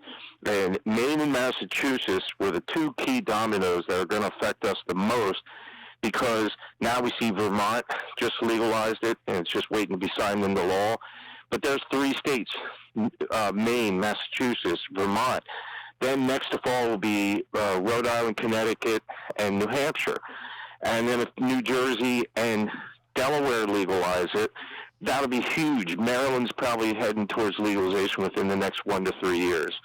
So it'll be a continuous swath of total legalization from Maine all the way down to Maryland and into Washington, D.C. The only 2 stubborn states that are really going to be hard to work in is Pennsylvania and New York. And New York is harder, too, because it's such a big state with so many people, and it's spread out, very liberal in the city of New York and some of the other cities, but very conservative and red in the rural parts of New York. And it's kind of like the same way in Pennsylvania. So, I think that it's the responsibility of all cannabis activists to fight as hard as they can for home grows, make sure that's in there, but not necessarily to then work against chances, because if you get legalization, and even if it doesn't include home grows, think how far we've come, and then the whole movement gets whittled down to the home grow movement. And, but we have to get legalization, just have to. Les, in North Carolina, if you want to grow hemp, you have to be part of some club. It costs $25,000, I think it is. And I think in Pennsylvania it's similar, but you can only grow like 1 acre, and it has to be for research only. Is that correct? I don't know about where'd you say, South Carolina? North Carolina. North Carolina. Yeah. North Carolina. I don't know a whole lot about their program, so I don't know if it costs $25,000. Here in Pennsylvania, you're allowed, the maximum acreage is 5 acres. Oh, 5 acres. Good. You can grow, 5 acres. But here's the problem is the fees are prohibitively high right now. It almost doesn't make sense to grow. This is the first year. Tomorrow, Erica and I will be going to get our hemp seeds if everything works out. If it doesn't work out, then it's going to be the next day. But we anticipate getting our hemp seeds tomorrow. We're planting 15 acres. We have 3 projects that we're working on with my other group that I'm a board member of, the Pennsylvania Hemp Industry Council, in conjunction with Lehigh University and DCNR, which is the Department of Conservation and Natural Resources. We're doing 3 5-acre plots.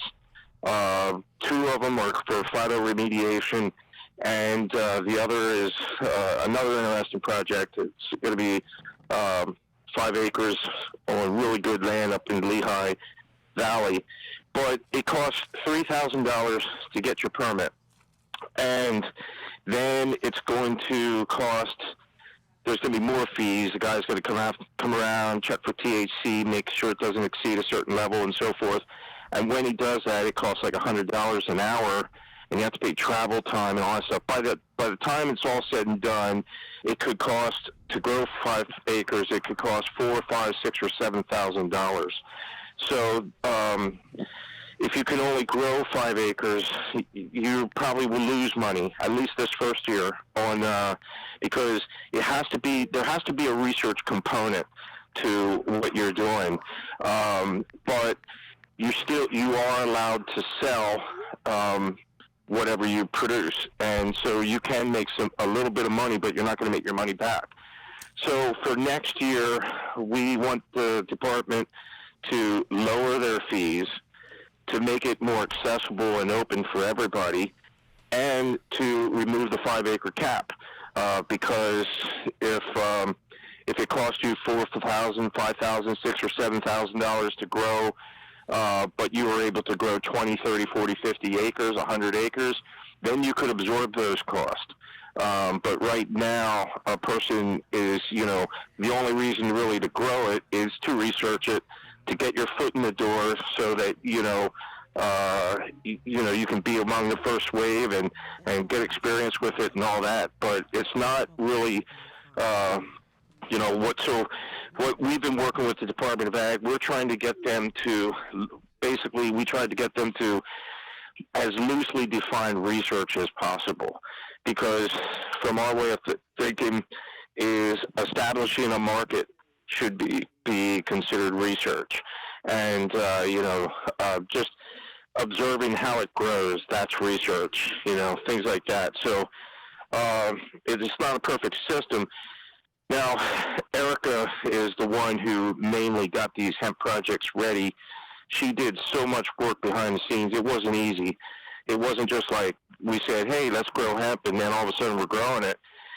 She had to work out.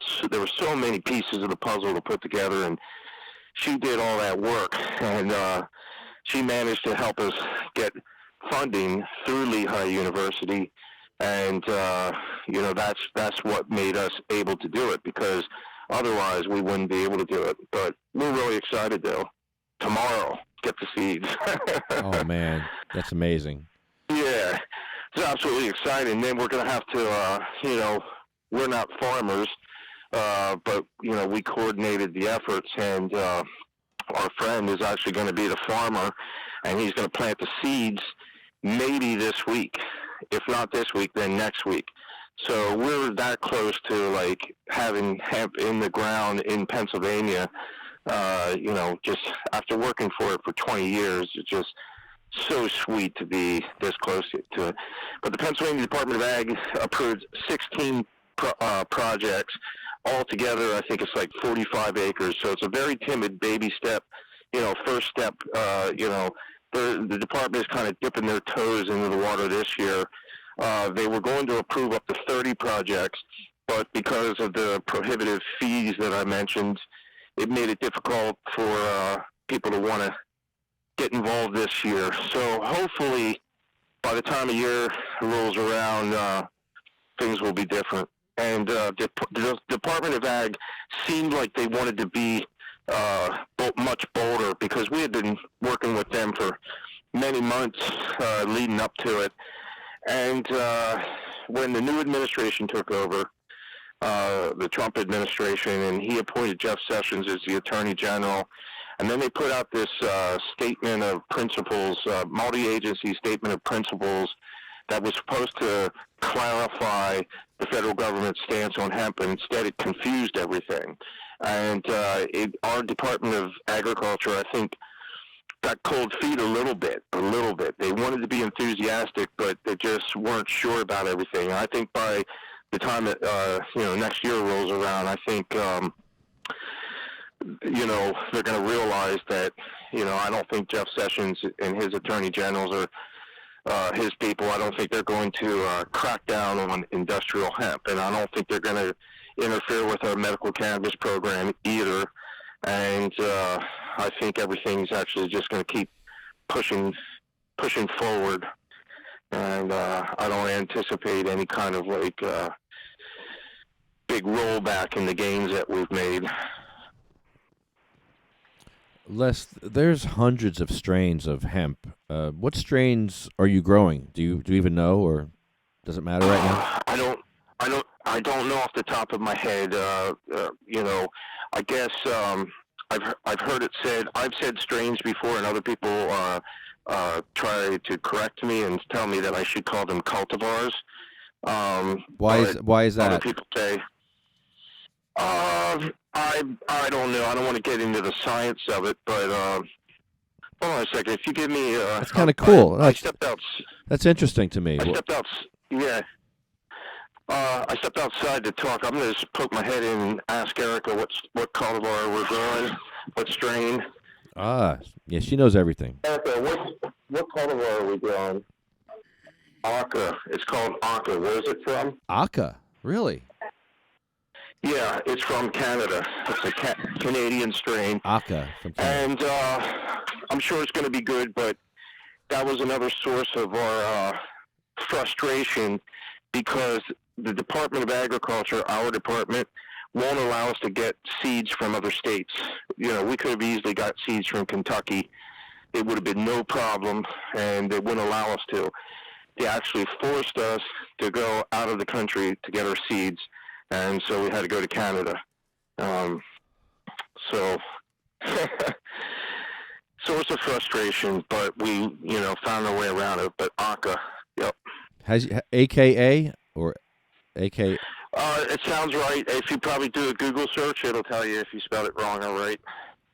I'm back outside. I don't want to bother That's fine. Erica again. Now, is there any CBD in this hemp? Yeah, there's CBD in there, but unfortunately that's another source of frustration for our program because we're not allowed to produce CBD in the hemp program. I think the reason, which I strongly disagree with them, but I think the reason is because so much money is getting invested into the medical cannabis industry. I think they want to produce the CBD strains within that system. You know, I don't agree with it. I don't think it's fair.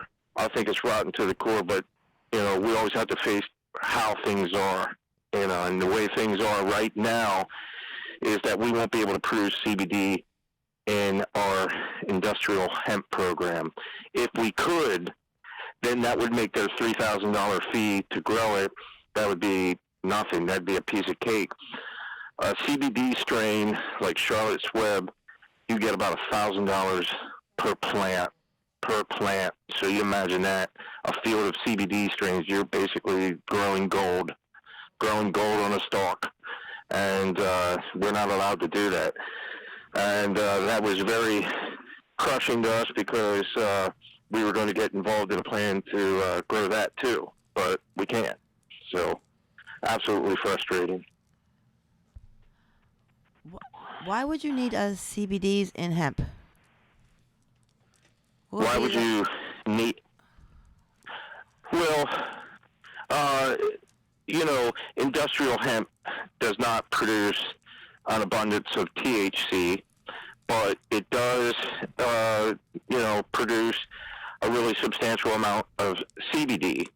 There are specific CBD strains like Charlotte's Web and others, but for all strains of industrial hemp will produce CBD. And, you know, it's not that hard to extract the CBD and make CBD medicines or nutraceuticals, as they would be called. And, you know, for people with epilepsy, with, you know, seizure disorders, and all sorts of other things. Just, you know, we won't be able to say that it cures this or that, but we can, you know, if you call it a nutraceutical, and people we knew that we're going to grow it, we're going to make dog treats out of it, because it turns out CBD is good for animals too, good for dogs. You know, I believe that. I believe that totally. Yeah. Yep. Yeah, old dogs with, you know, creaking bones and all that, whatever. Dogs So, get arthritis too. yeah. Amazing. It's an amazing time, Les. Well, I'm here with Les Stark, and Les, you know Ed Fortune very well. What do you think about what's happening to him right now? Oh man, it's terrible. I want him to get out. I wish they would just leave Ed alone. I mean, everybody that knows him, he's such a good guy. I can't see how anybody cannot like Ed Fortune. To the degree that they want to, keep him in jail and ruin his life. That man suffered so much already for years and years. I was going through old newspapers 2 nights ago, and I found a very awesome column that Ed wrote in 1999 talking about jury nullification. 1999, that guy's given up, 2 decades of his life, putting his ass on the line. I haven't followed all the particulars of Ed's case right now, but the general knowledge that I have of him is just terrible. And in fact, maybe I need to get his address and information, because I would like to post in the Keystone Cannabis Coalition group. Try to get some people writing to him to keep his spirits up and so forth. And I need that for myself, because I would like to write him a letter too, and just give him a little moral support and encouragement, because when the history is written decades from now, I think that his name should be remembered for all time for just being a truly courageous freedom fighter that he is, and also a decent, good human being that is fun to be around, and and profound too. Ed has some of the most profound insights of any cannabis activist that I know, and he can smoke and joke with everyone, but he can also spit forth knowledge and put his ideas together in clear, coherent ways. And he was ahead of his time. He was at the Liberty Bell doing his own smoke downs with 1 or 2 or 3. He did it by himself several times, or he did it another few times with a few people to back him up. When we did it years later, we had a nice bunch of us, and we still had to go up against Homeland Security troops and all that stuff. But, it's easier in a group, as opposed to Ed being out there in the front lines, leading the charge, sometimes alone. And, I talked to him one time when he did jail a few years ago, and I talked to him, and he said, you get all this fame and acclaim, and everybody says they love you, and he said, then you're in jail and you're by yourself, and nobody has to do your jail time but you. And, that's what he's going through right now. And, yeah, I feel for him. Yeah, he's a smart man. That's why they're scared of him. That's why he's a political prisoner right now. Yeah. For me personally, I'm never going to push it as far as Ed, because for me to be effective as a freedom fighter, I can't be in jail, and I have to actually be out here fighting. So my personal style is a little bit different than Ed. But then again, we all did kind of put it on the line at the Smoke Down Prohibition rallies and so forth. So I pushed it a little bit, but I would never, flaunt 10 pounds or something like that. That's not my style. But when I see people who have the courage of their convictions, it just gives me like immense inspiration, because I was in the Marines, so I value boldness, I value courage, I value smarts, and when you can put it all together and do the things that he does, and a lot of the other really brave freedom fighters that I see, it really warms my heart, and we need more people doing as much as they can. And that's the thing about MJ Weedman, Ed Fortune. When a lot of people, we see all these people out there doing things, and most people cheer it on from the sidelines, They watch it like a sports game. They watch it like a soap opera. Like some type of drama that's unfolding before them, not realizing that they're supposed to, what all of us activists are doing is not trying to do anything for personal acclaim or fame or riches or anything like that, but to inspire everybody else who sees those actions to rise up and take their own bold actions and to, be just as courageous as these lions we see walking the earth. And that's what we need to do. Everybody needs to fight back in their own way, whatever it is. Take all kinds of actions. Like I've said before, I believe in full spectrum activism. That means that there's sometimes you put on a suit and tie and you shake hands with, the legislators and act as an ambassador to the movement. Other times you get in the streets and make some noise. There's civil disobedience. There's podcasts and radio shows and articles and op-eds, and we have to do it all. And, some forms of action that we take just get the ball, barely advance the issue, maybe take the ball another 1 yard line. Other things that we do are bigger and take us further down the field towards legalization. But cumulatively, the collective weight of a million actions, great and small, is what's going to tip the scales in favor of truth and justice, and we will prevail if we all get in the fight. And that's what people like NJ Weedman and many others are calling on us to do and inspiring us to do, to actually get off our couches and go into the world and make a difference. Yeah. And, I respect the hell out of that. Put the video games down. Yeah, that's right. Or do the video games as a reward for after you did hard work of legalization.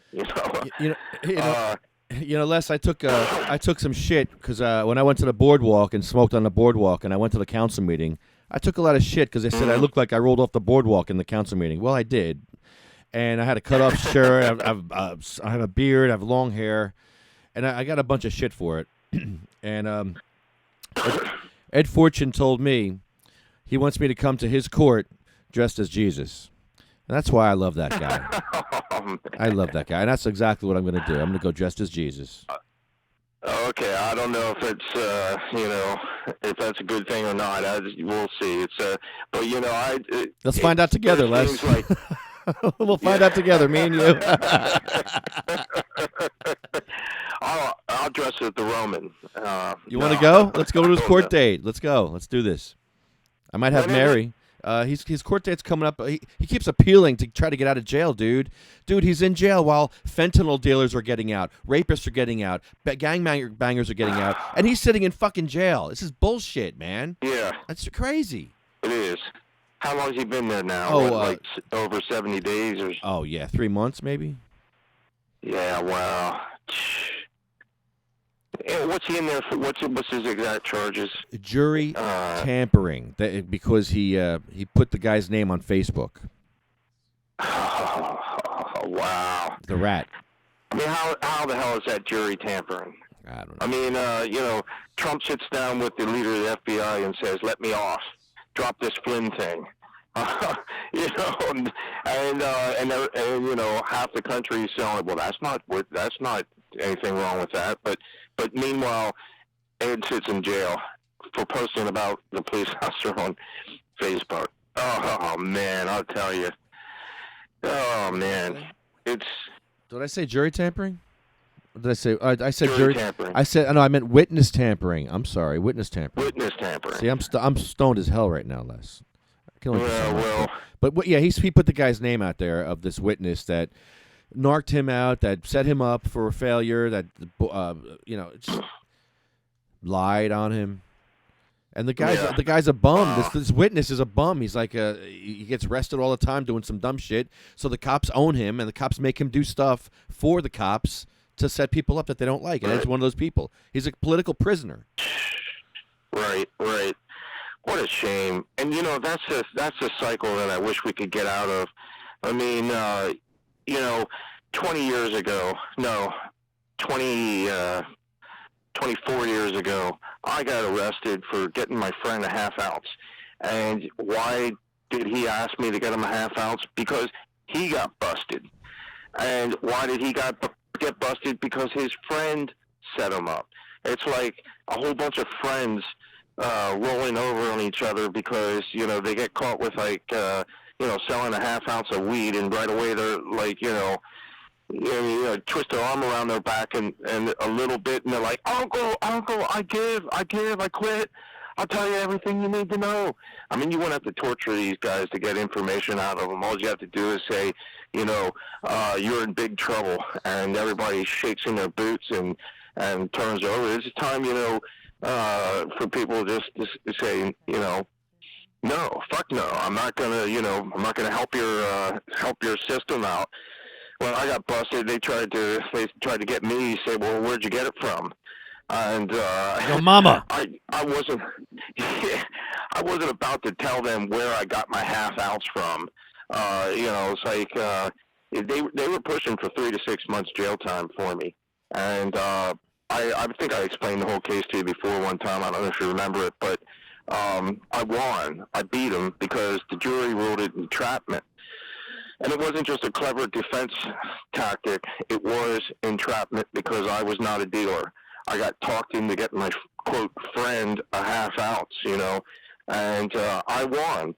But imagine if I wouldn't be able to live with myself today, 24 years later, if I had to think back to the time where I knocked out the guy who got me a half ounce to save myself from being charged with giving a half ounce.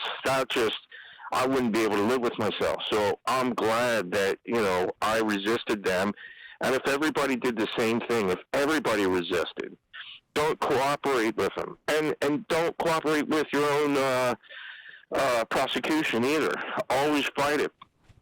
My lawyer told me that over about 90% of everybody pleads guilty.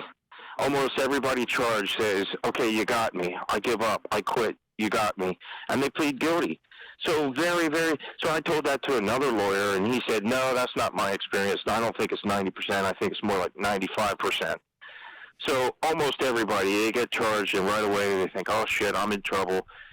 But, you know, I think most people should take it to trial because I think they arrest like 20-some thousand people a year in New Jersey, over 20,000 people a year in Pennsylvania for possession, 25 to 26,000 if you include cultivation and sales. They can't take 25,000 cases to court.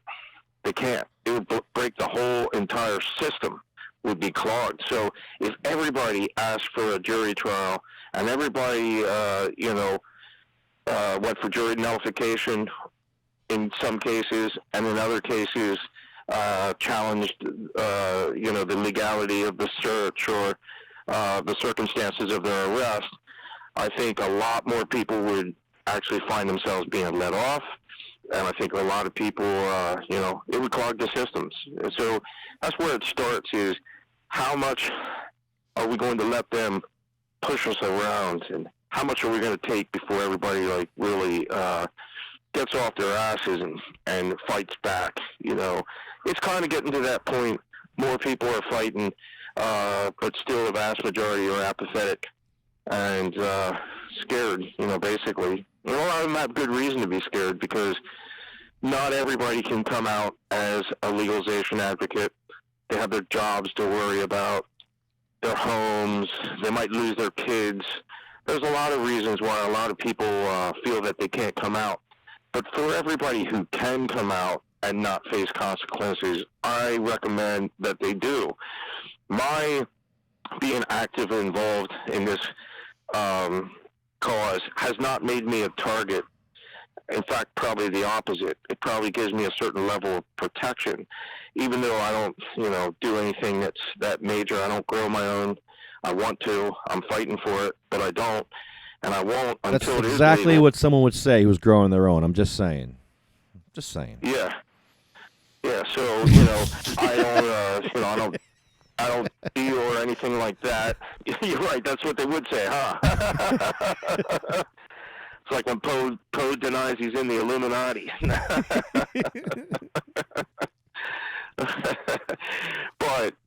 But the fact is that, if they were ever to come after me and target me, the most they could get me for would be a possession of a small amount. And they're never going to go through all that trouble to try to get me for a small amount. And it won't happen. And if it does, they would look like fools. And, and the penalties aren't that harsh anyway. If I ever get a possession charge, I get it. It's not going to ruin my life. So I'm in a fortunate position. I can strongly assert my stances and go everywhere, and I don't have anything to worry about. And I think most people will find the same. Nobody has ever been targeted that I'm aware of in the activist community because of simple cannabis activism. So, like some people probably are, if they are targeted, it's like I said, if a person is dealing, mega pounds on a regular basis, or if they got 20 plants growing in their basements, maybe then it's not as advisable to take a strong vocal lead. But for anybody who can, they should, and if they don't, it's just a absolute lack of moral courage. And until our movement really gets the balls to fight back, and that's what I appreciate, Lefty. Everybody has their own different style of activism, but the stuff that you do, for example, you're out there day after day after day after day, and you never quit, and you just keep going forward, and that's like a drive and determination that I admire a lot. And because I've known you for 4 years now, at least 4 years since the old Smoke Down days. Yeah. And and I've seen. I haven't watched every single video you ever made, because every one you make is like a couple hours. And I can't devote that much of my life to following what you do. But I'm aware of what you do, and I'm aware that you never give up in your tenacious spirit, and just, that means a lot to me too. But we need more Lefty Grinds. We need more Ed Fortunes. We need more Chris Goldsteins, more Poes. We need all these people, more Ken Walskis, more all these people that we think of that are, doing so much. But we don't need to, elevate all these people into celebrities that we put on a pedestal and look up to and say, wow, isn't that amazing what they're doing? It's like I said, if you really understand our work, what we're trying to do is call everybody to rise up and join us. Well, speaking of N.A. Poe, you mentioned Poe. He's facing 8 years or something for that party he threw. Is that right? Wow. That's pretty crazy. 8 years. Yeah. It is, yeah. Well, I'll tell you, one of the great things that came out of that is Mayor Haney really stood up for everybody, and that was really good to see Kenny come out, and he said, well, I'll tell you what, you want to avoid this stuff, we need to legalize it. And, that's awesome, and I think Poe's planning a vigorous defense, too, and I think it's these things, these bold, courageous actions that are going to lead us to victory eventually. Like I said, everybody has their own different style. I personally do not have the guts to put my ass on the line to face years in prison. That would destroy me. I'm trying to fight so that we all can be free. And when I see people actually put their asses on the line and risk jail, that's some heroics there that need to be applauded. And, I've heard criticisms and so forth, but I have no criticism. I have only admiration and praise for everybody that's involved in doing the things. I want a legal, regulated market, but I appreciate the hell out of the growers and the dealers, because if it wasn't for the growers and the dealers, where would we be? Well, how do we protect the patients? How do we walk that line between doing an open market and protecting the patients from victimization from the government? There's a fine line we have to walk there. Yeah, I don't know. It's going to be tough. I just, to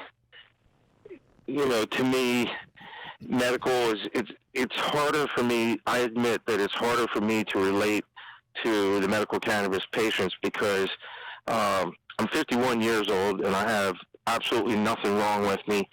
I can tell I'm getting a little older. I'm not as in shape because I come from an athletic background. I was a high school wrestler. I was a champion, and I was in the Marines and stuff. So I was always used to being in shape. And now at 51, I find myself with a little bit of a belly and a little bit out of shape. But I'm not a medical marijuana patient, and I probably never will be.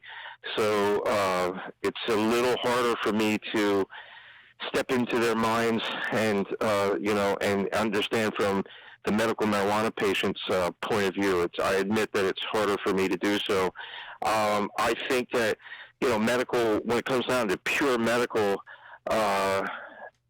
things, I see that as separate from the legalization program, because if we had the strongest, if we had complete full legalization, no limits on home grows, you could grow your whole backyard with cannabis if you wanted to.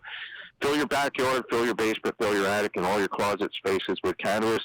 You should have the right to do that. And say it was that free and open. And it was a free market system. It wasn't state stores. You could buy it anywhere. So there were mom and pop stores all over the place.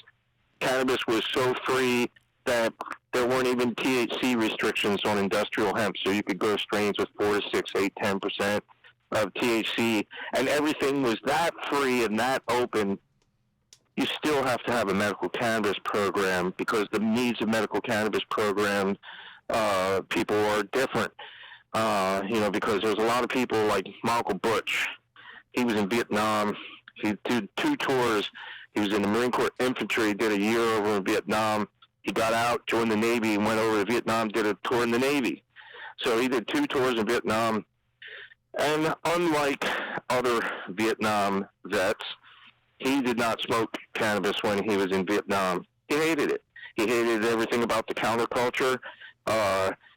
While many, many Vietnam vets came out and protested the war, he wasn't one of them. He was one that believed that it was a righteous cause, that he was trying to stop the spread of communism around the world and stop the dominoes from falling. So he hated cannabis, but his liver went out. In the last 3 weeks of his life, he was in constant nausea, and he was overcome with nausea for 3 weeks.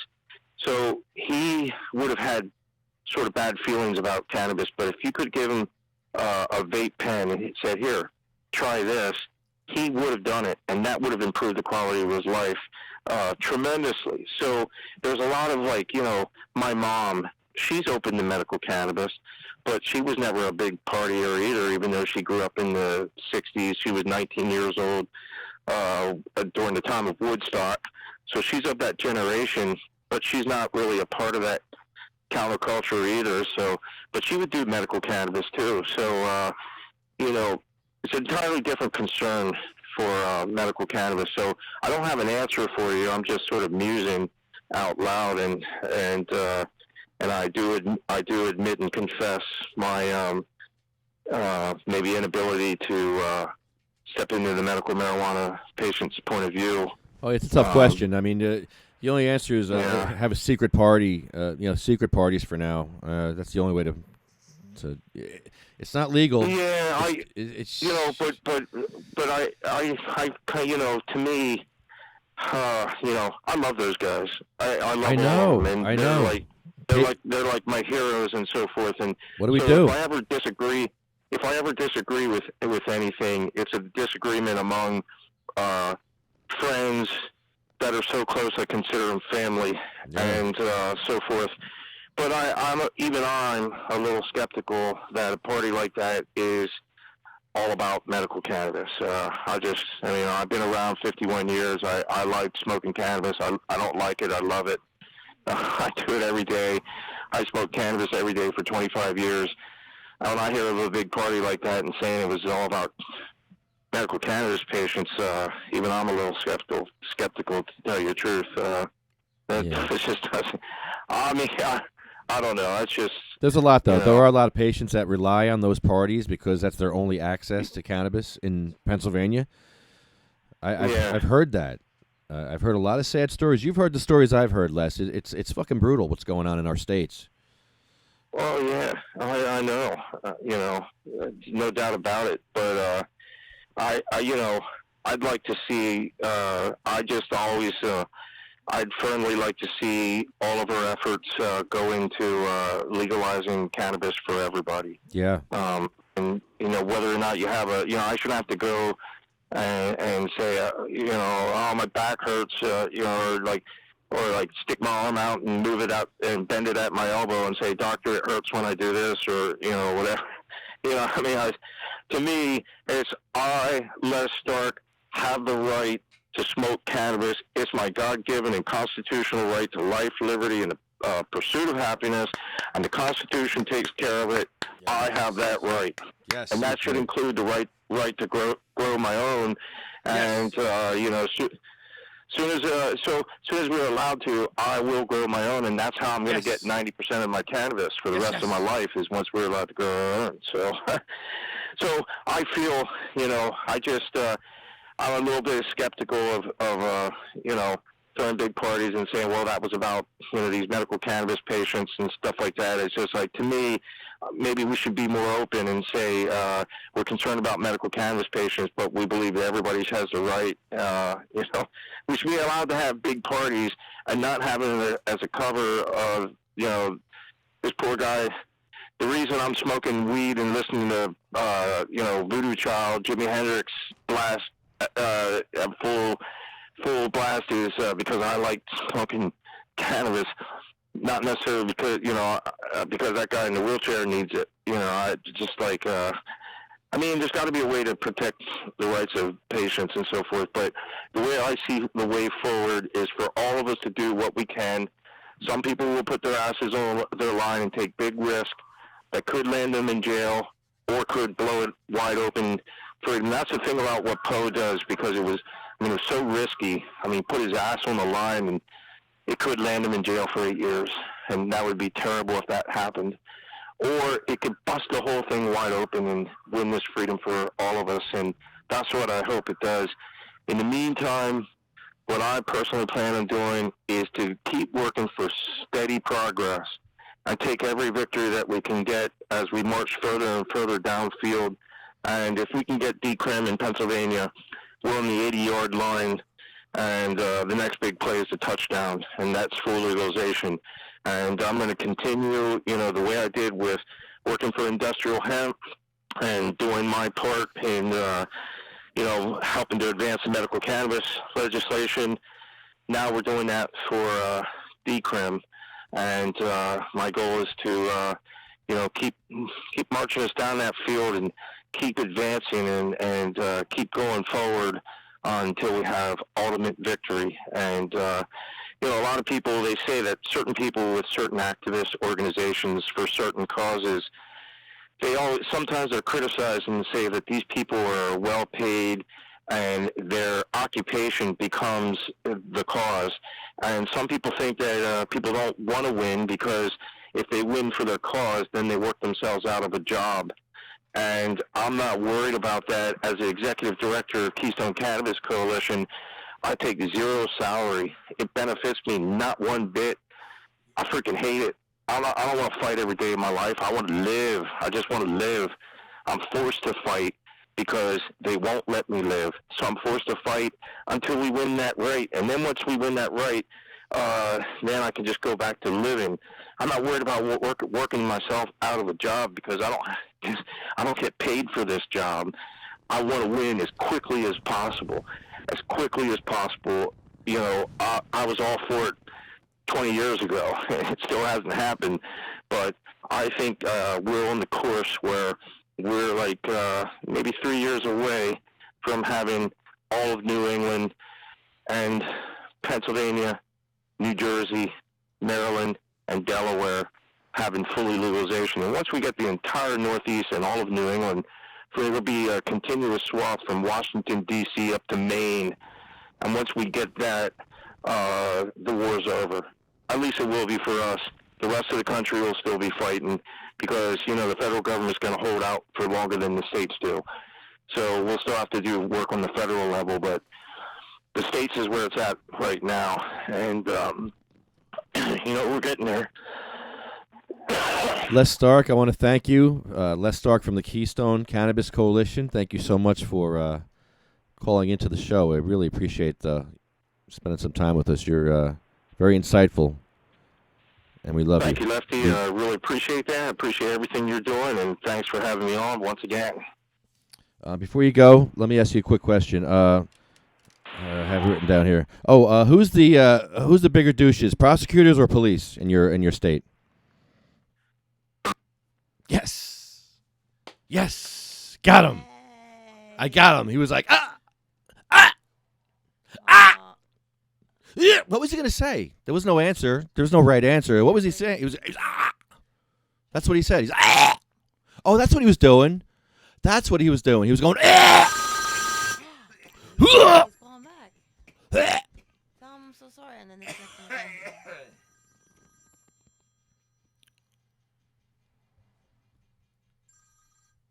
Oh shit. people have to watch the podcast more, and they'll realize. You're on the air.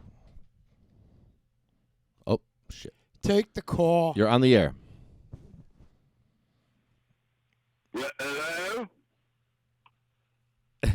Hello? Yeah. Who's this? Oh, well, hey, Lefty, it's me. It's William. Well, I'm from the future, though. I'm not with you. It's not me that's there with you. He fell asleep. He's gone. Wait, that's This is me you got now. that's impossible. William's here. Oh. Well, I know. That's what I'm telling you. Okay? But I'm here also in the future. Ask William. He knows where I'll be. Well, maybe not. But either way. So, there's important things that William doesn't even know about that he wants to know, and that's why I'm calling. You know Michael Alonso, right? Yeah, he's gonna win, right? 31. He's gonna win, right? We didn't get that far yet. We didn't get all the way to the election. The election's coming up on November 8th. That's when we're going to need people to go out and vote. Right now, I'm coming to you. And what is today? Today is August 14th. And I wanted to let you know that the campaign is going strong. So what you guys are doing today is making a huge difference for Michael Alonso in the cannabis community. Michael's doing a lot of great things. His Michael campaign is Alonso! blowing up.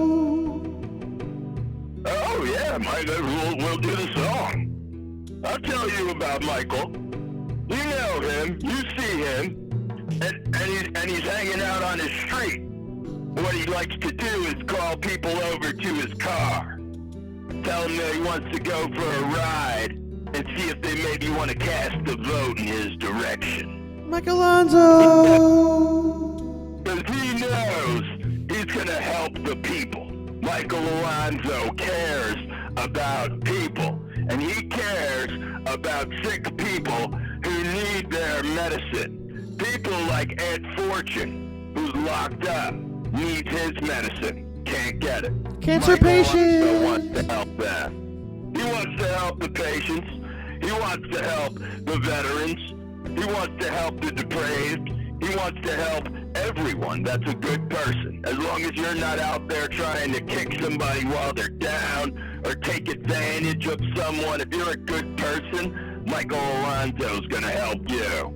Now you might Michael be Alonso! That horse! Michael Alonso. And Lefty Grimes, you know what you got going on out here in August? What's that? Do you know what you did in August this year? Do you know what? Yeah, you don't. Do you know what you did later this year? I'm afraid to ask. What did I do?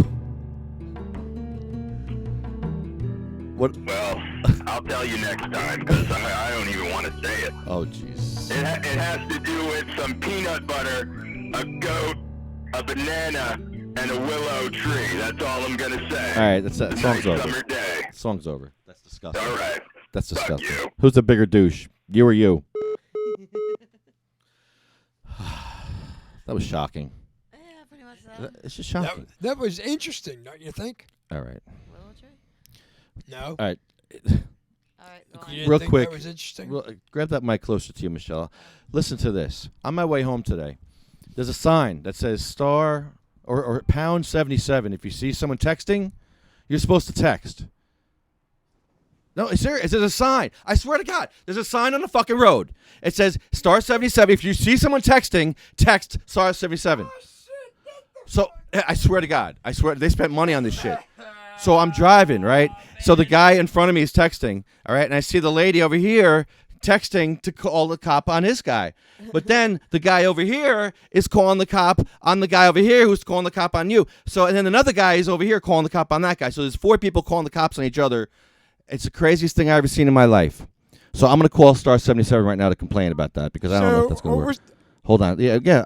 Beans, excuse me. Beans, you were watching that? It's crazy. How far did you watch it till you got to the point where? I almost had an accident. I was watching. I was afraid for my life because everybody was texting around me. It's texting Star 77.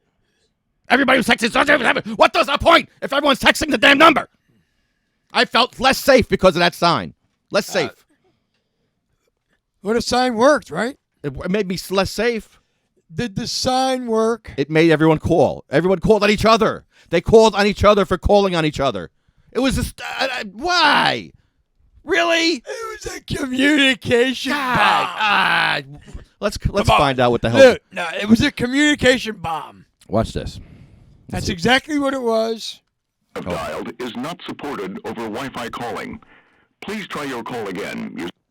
Wait, over Wi-Fi calling. I'm not. Wait, was it pound 77? Maybe it's pound 77. I don't know how to do this. Let's try it again. The number or code you have dialed is incorrect. Oh, so please check the number or code. Well, I can't even do this. So wait, I have to take myself off my Wi-Fi to do this. Really? Okay, fine. We'll take myself off the friggin' Wi-Fi. I'll pay for the friggin' call. Oh God, really? All right. All right. Here we go. Star 77. Let's try this now. Who are you calling? Star 77. The sign. That's what the sign said to call.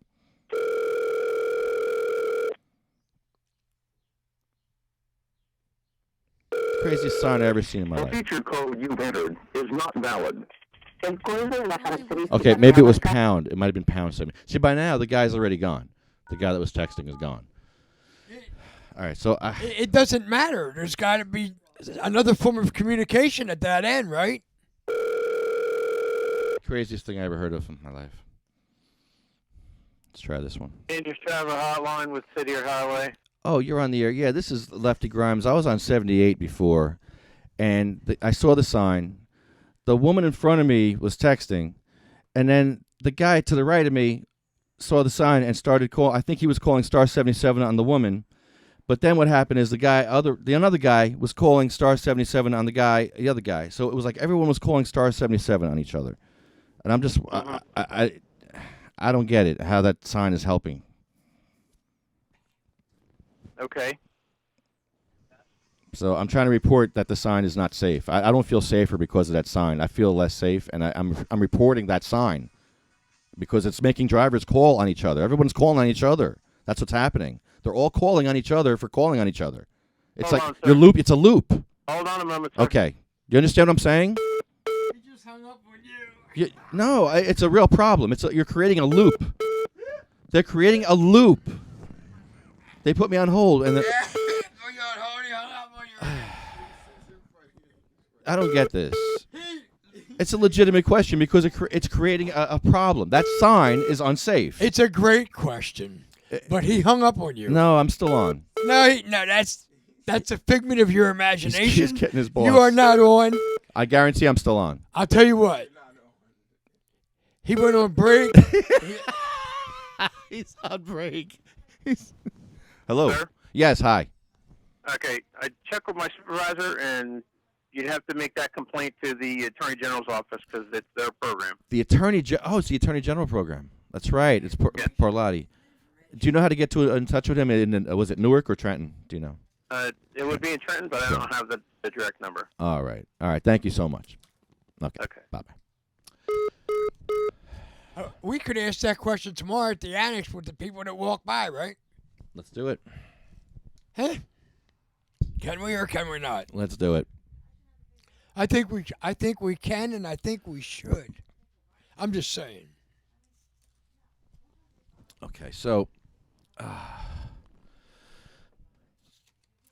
next on our list to call tonight is our interview from today.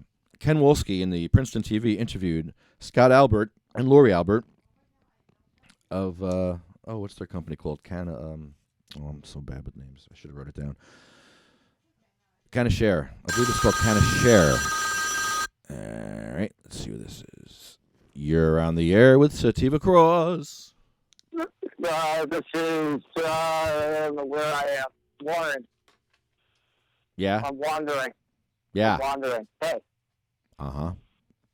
That's good. I heard that there's no place that I can go in this world where I'm not being watched.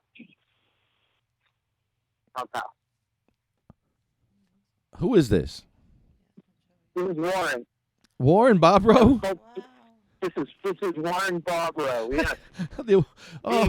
Being surreptitious. The best-selling author being coy.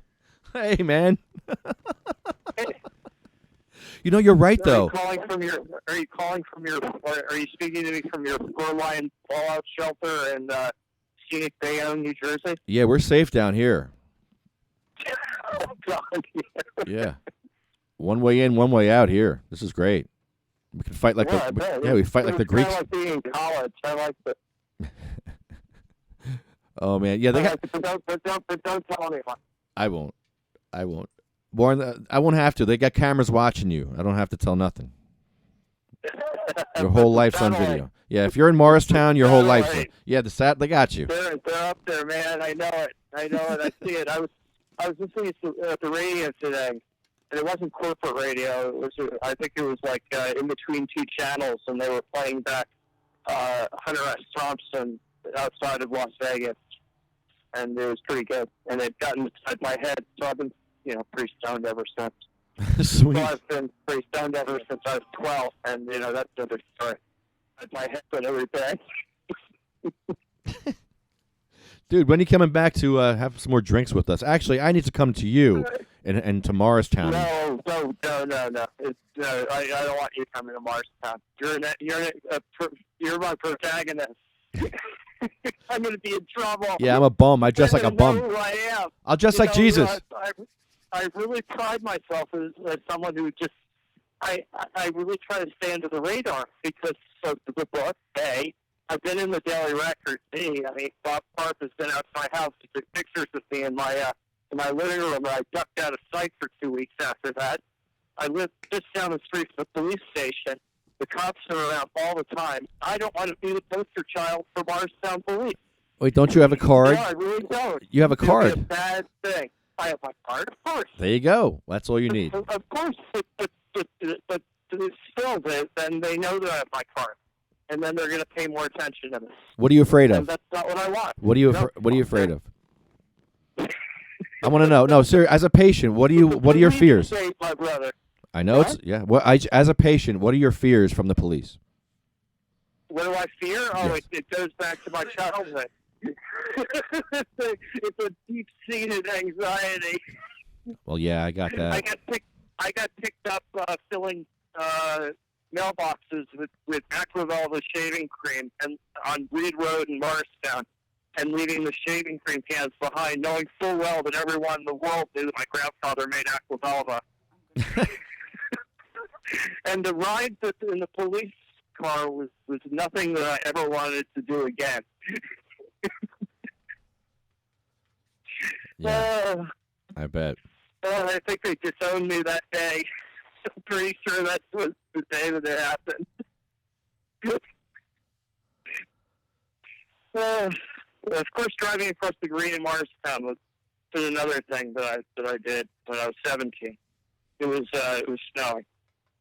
and there was a police car, and it was stuck in a snowbank. And I carefully went over the snowbank by him and crossed the green and exited on the other side. And, yeah, that got me in a lot of trouble. Oh, you got caught. Well, no, the trustees of the green, my family were members. They still have a one of those things that says that they're an owner of the green. And, yeah, the call that they got was not pretty. Oh, my. I'm just a bad boy. What do you want me to say?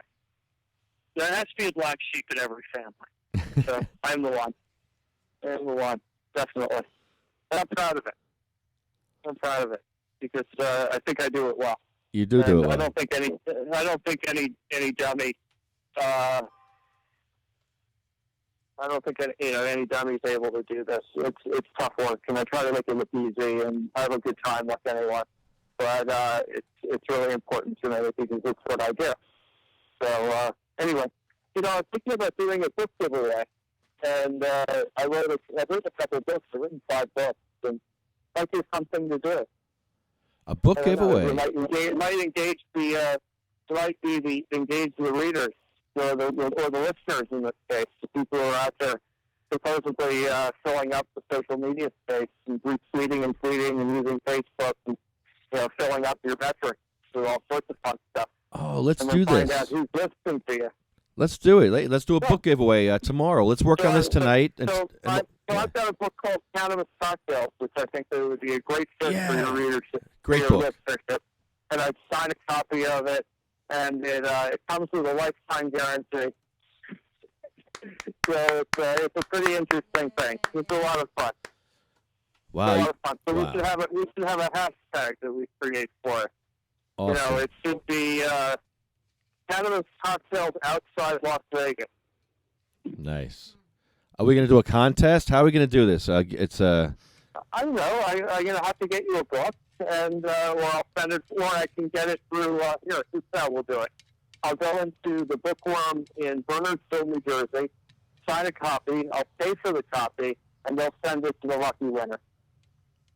All right. That's nice. There you go. Warren Bobrow, he's got a book for you, ladies and gentlemen. You can get one of these great books. Oh, my God. This is great. There's a fabulous producer that's out in Oregon who's going to remain nameless in this, but I'm paying attention to the social media and keeping in real time being directed, which is very, very nice. So I appreciate that. Awesome. Cool. Is there anything else you want to promote? Yes, I have a quick book that's out May 1st called The Craft Cocktail Compendium. I'm really, really excited about that. I believe it's sold out on Amazon right now, which is pretty good considering it's only been out for 2 weeks.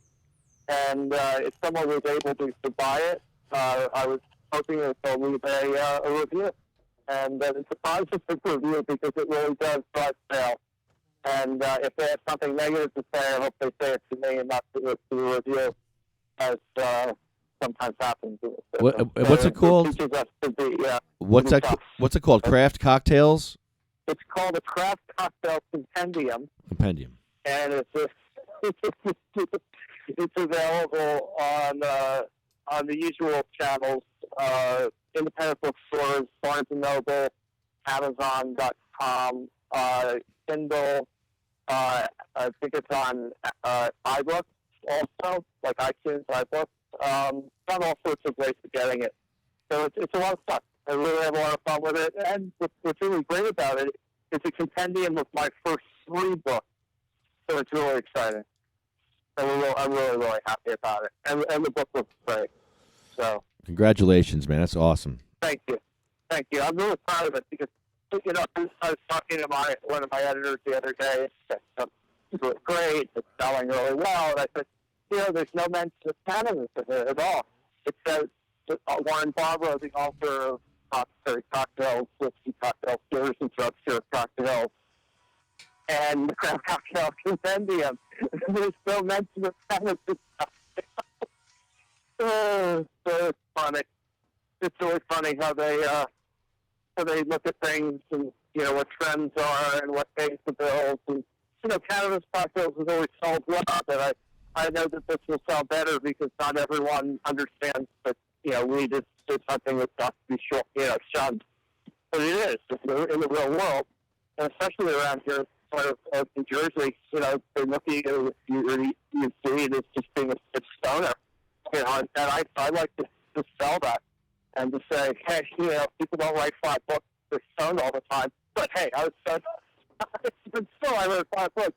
So you can't be dumb, and you can't be stupid. You can't be closed-minded and think that the preconceived notion is that if you smoke weed, you're just going to be a slacker.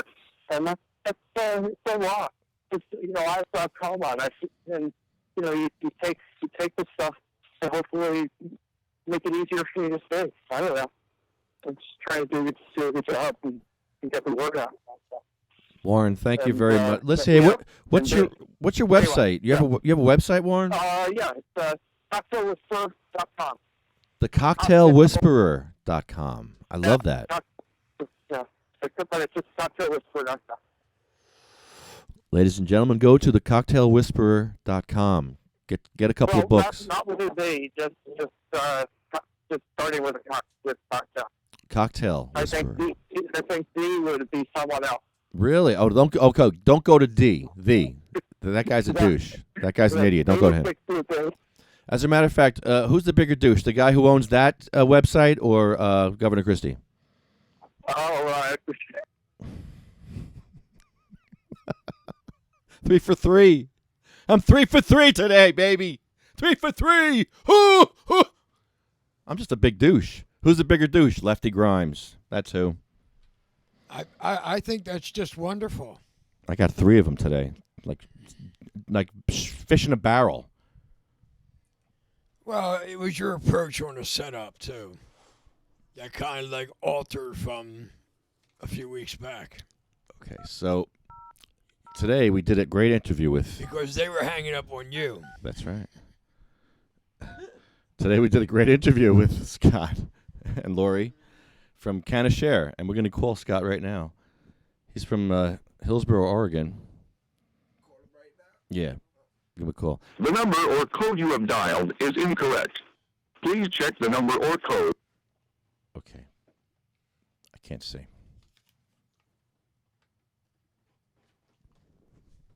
This is not good. I think I did it wrong. He had a different number that you thought it was. I don't know what I'm doing here. I think I mean, that's what sounds like what happened. Please check. Let's see if this.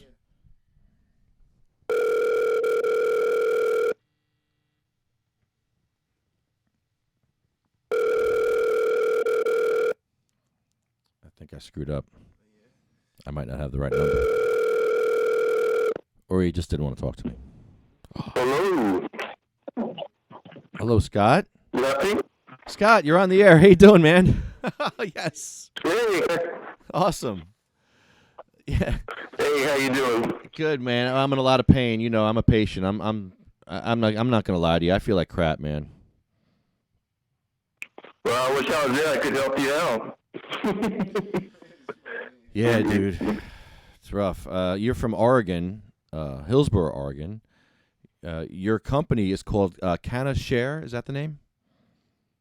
Yeah, it's called Cannashare Consulting. Absolutely, we're a consulting company. We've been consulting. My wife and I, Lori, we had owned a few dispensaries in Oregon, and like I said, we just recently sold our interest probably about 6 months ago. But we've been in the same time we've been doing consulting for about 6 years. That's awesome, and you're actually helping a lot of sick people. Just helping them without even charging them, right? I mean, it's amazing what you're doing. Yeah, what we do, what Lori and I do on the side as well, it's called a green oil machine. And anyone can purchase them. They're on the internet. I think they're like $200 a unit, roughly, in that general price range. And we just have different farmers in Oregon would donate trim to us. And then we would take that and we would use, 185 proof, the Everclear as the solvent. And we'd go ahead and then we'd put the liquid into the green oil machine, and we'd make FECO, which is full extraction cannabis oil.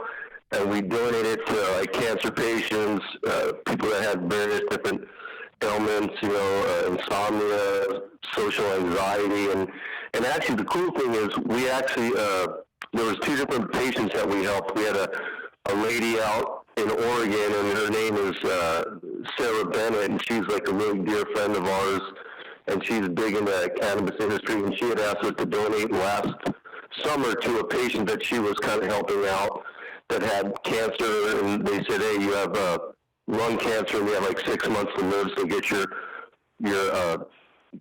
matters in order, and, she asked if we could help. We actually did a 90-day supply of Figo for her, and then I guess like about 4 months thereafter, we got an email back just stating that from her, Sharon said, I just wanted to make your day. This woman went to her doctor, and the doctor's like, your cancer's in full remission. So to date, since we've been helping out people, we've had actually 2 people that we've got responses back that they went and they were clean from any kind of cancer in their system and in full remission in regards to that. And then we've had tons of others that we've just helped that have insomnia, like I said, or social anxiety disorder, or just pain from various things, PTSD and so on, Yeah.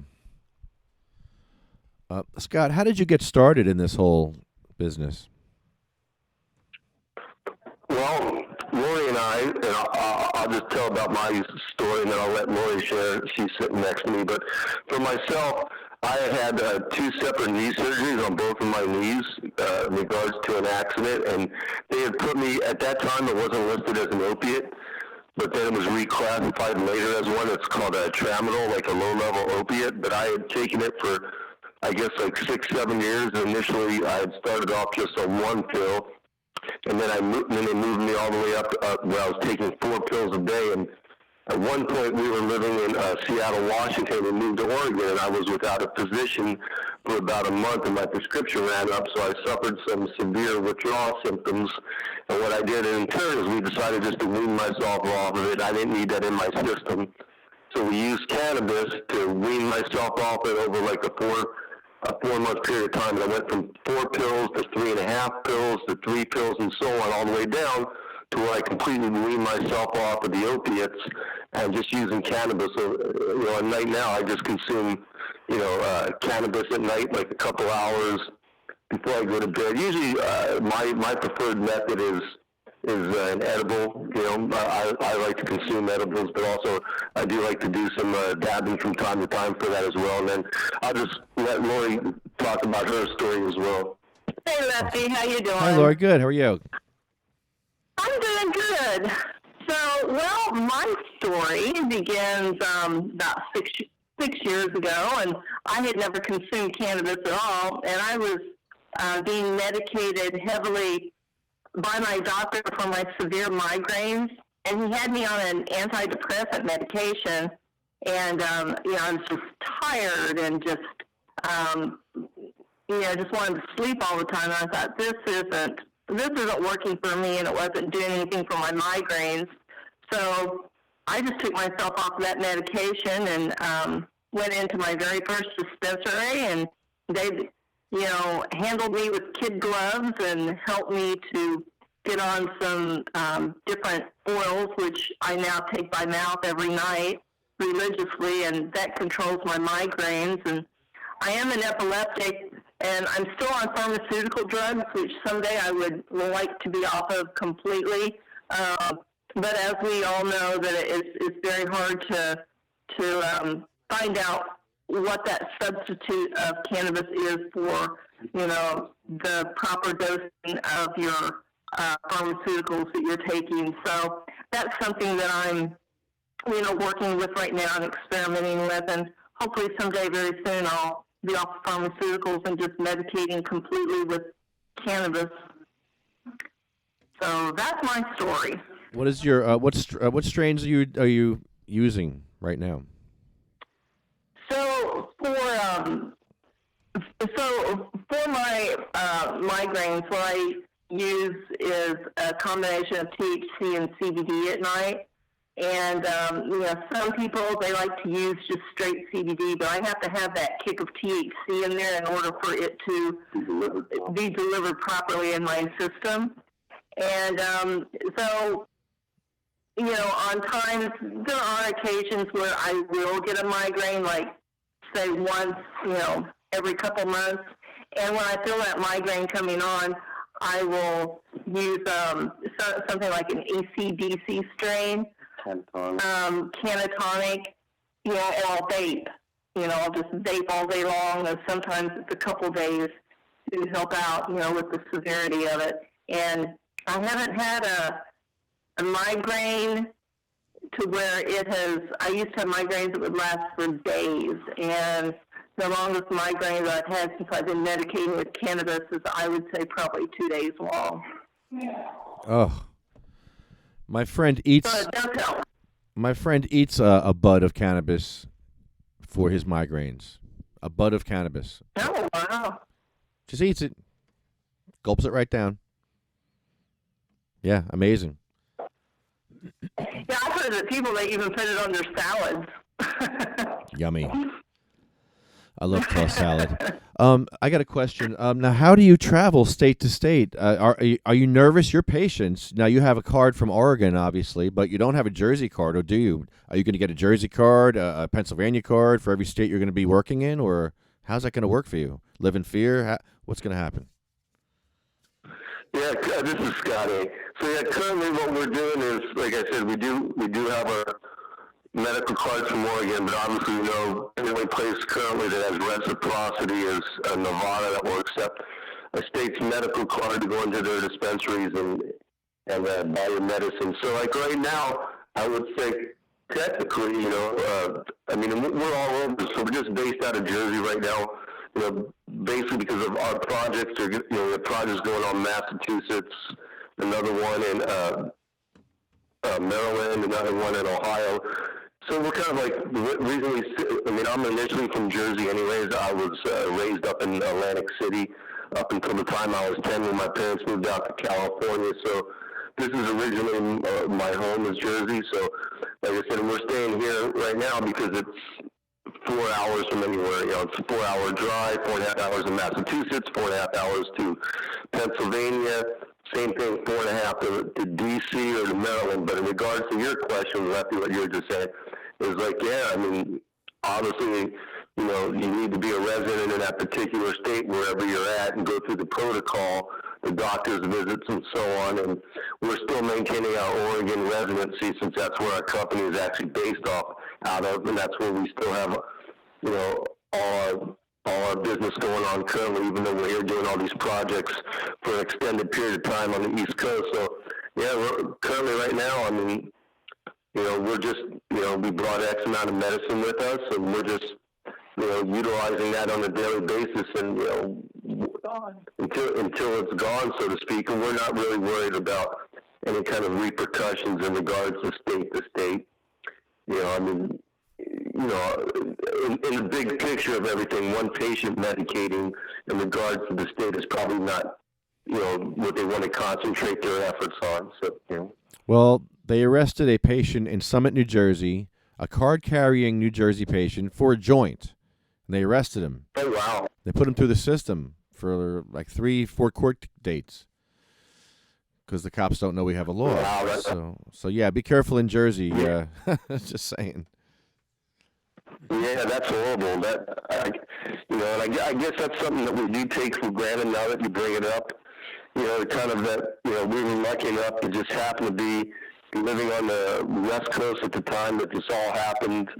You know, obviously medical was here a long time before the recreational and everything, but obviously we were just lucky that we were on the right coast.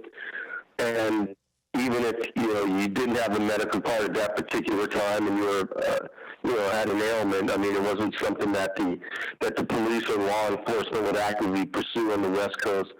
But obviously, you know, coming across country, you know, back in February when we were coming to the east to work on you know, multiple projects, we were actually worried when, you know, we would go through the different red states, so to speak. And obviously we know New Jersey's, you know, not a red state, but, you know, but Christie, as we all know, he's, you know, holding the medical program in New Jersey from actually really becoming and reaching the potential that it should have currently, you know.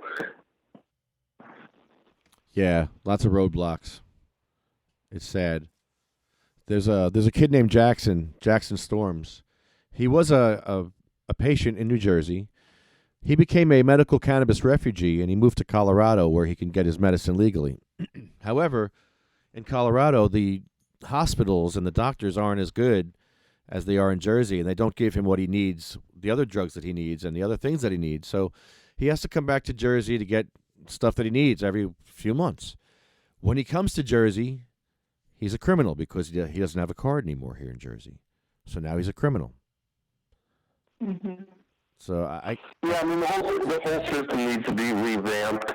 The way, we look at cannabis nationally, and it's just a matter of time until all the dominoes fall. I mean, this is just my opinion, but I would say, and Roy would agree with me, I think, there's a 5 to 10 year window before we see a complete change in attitudes and policy all across the United States, no matter where you live. And obviously, we're pretty much in agreement that out of all the states, the southern states will be the last to come on board, with, the buy-in to the fact that we already know as patients that medical cannabis helps patients, whether you're suffering from cancer, PTSD, epilepsy,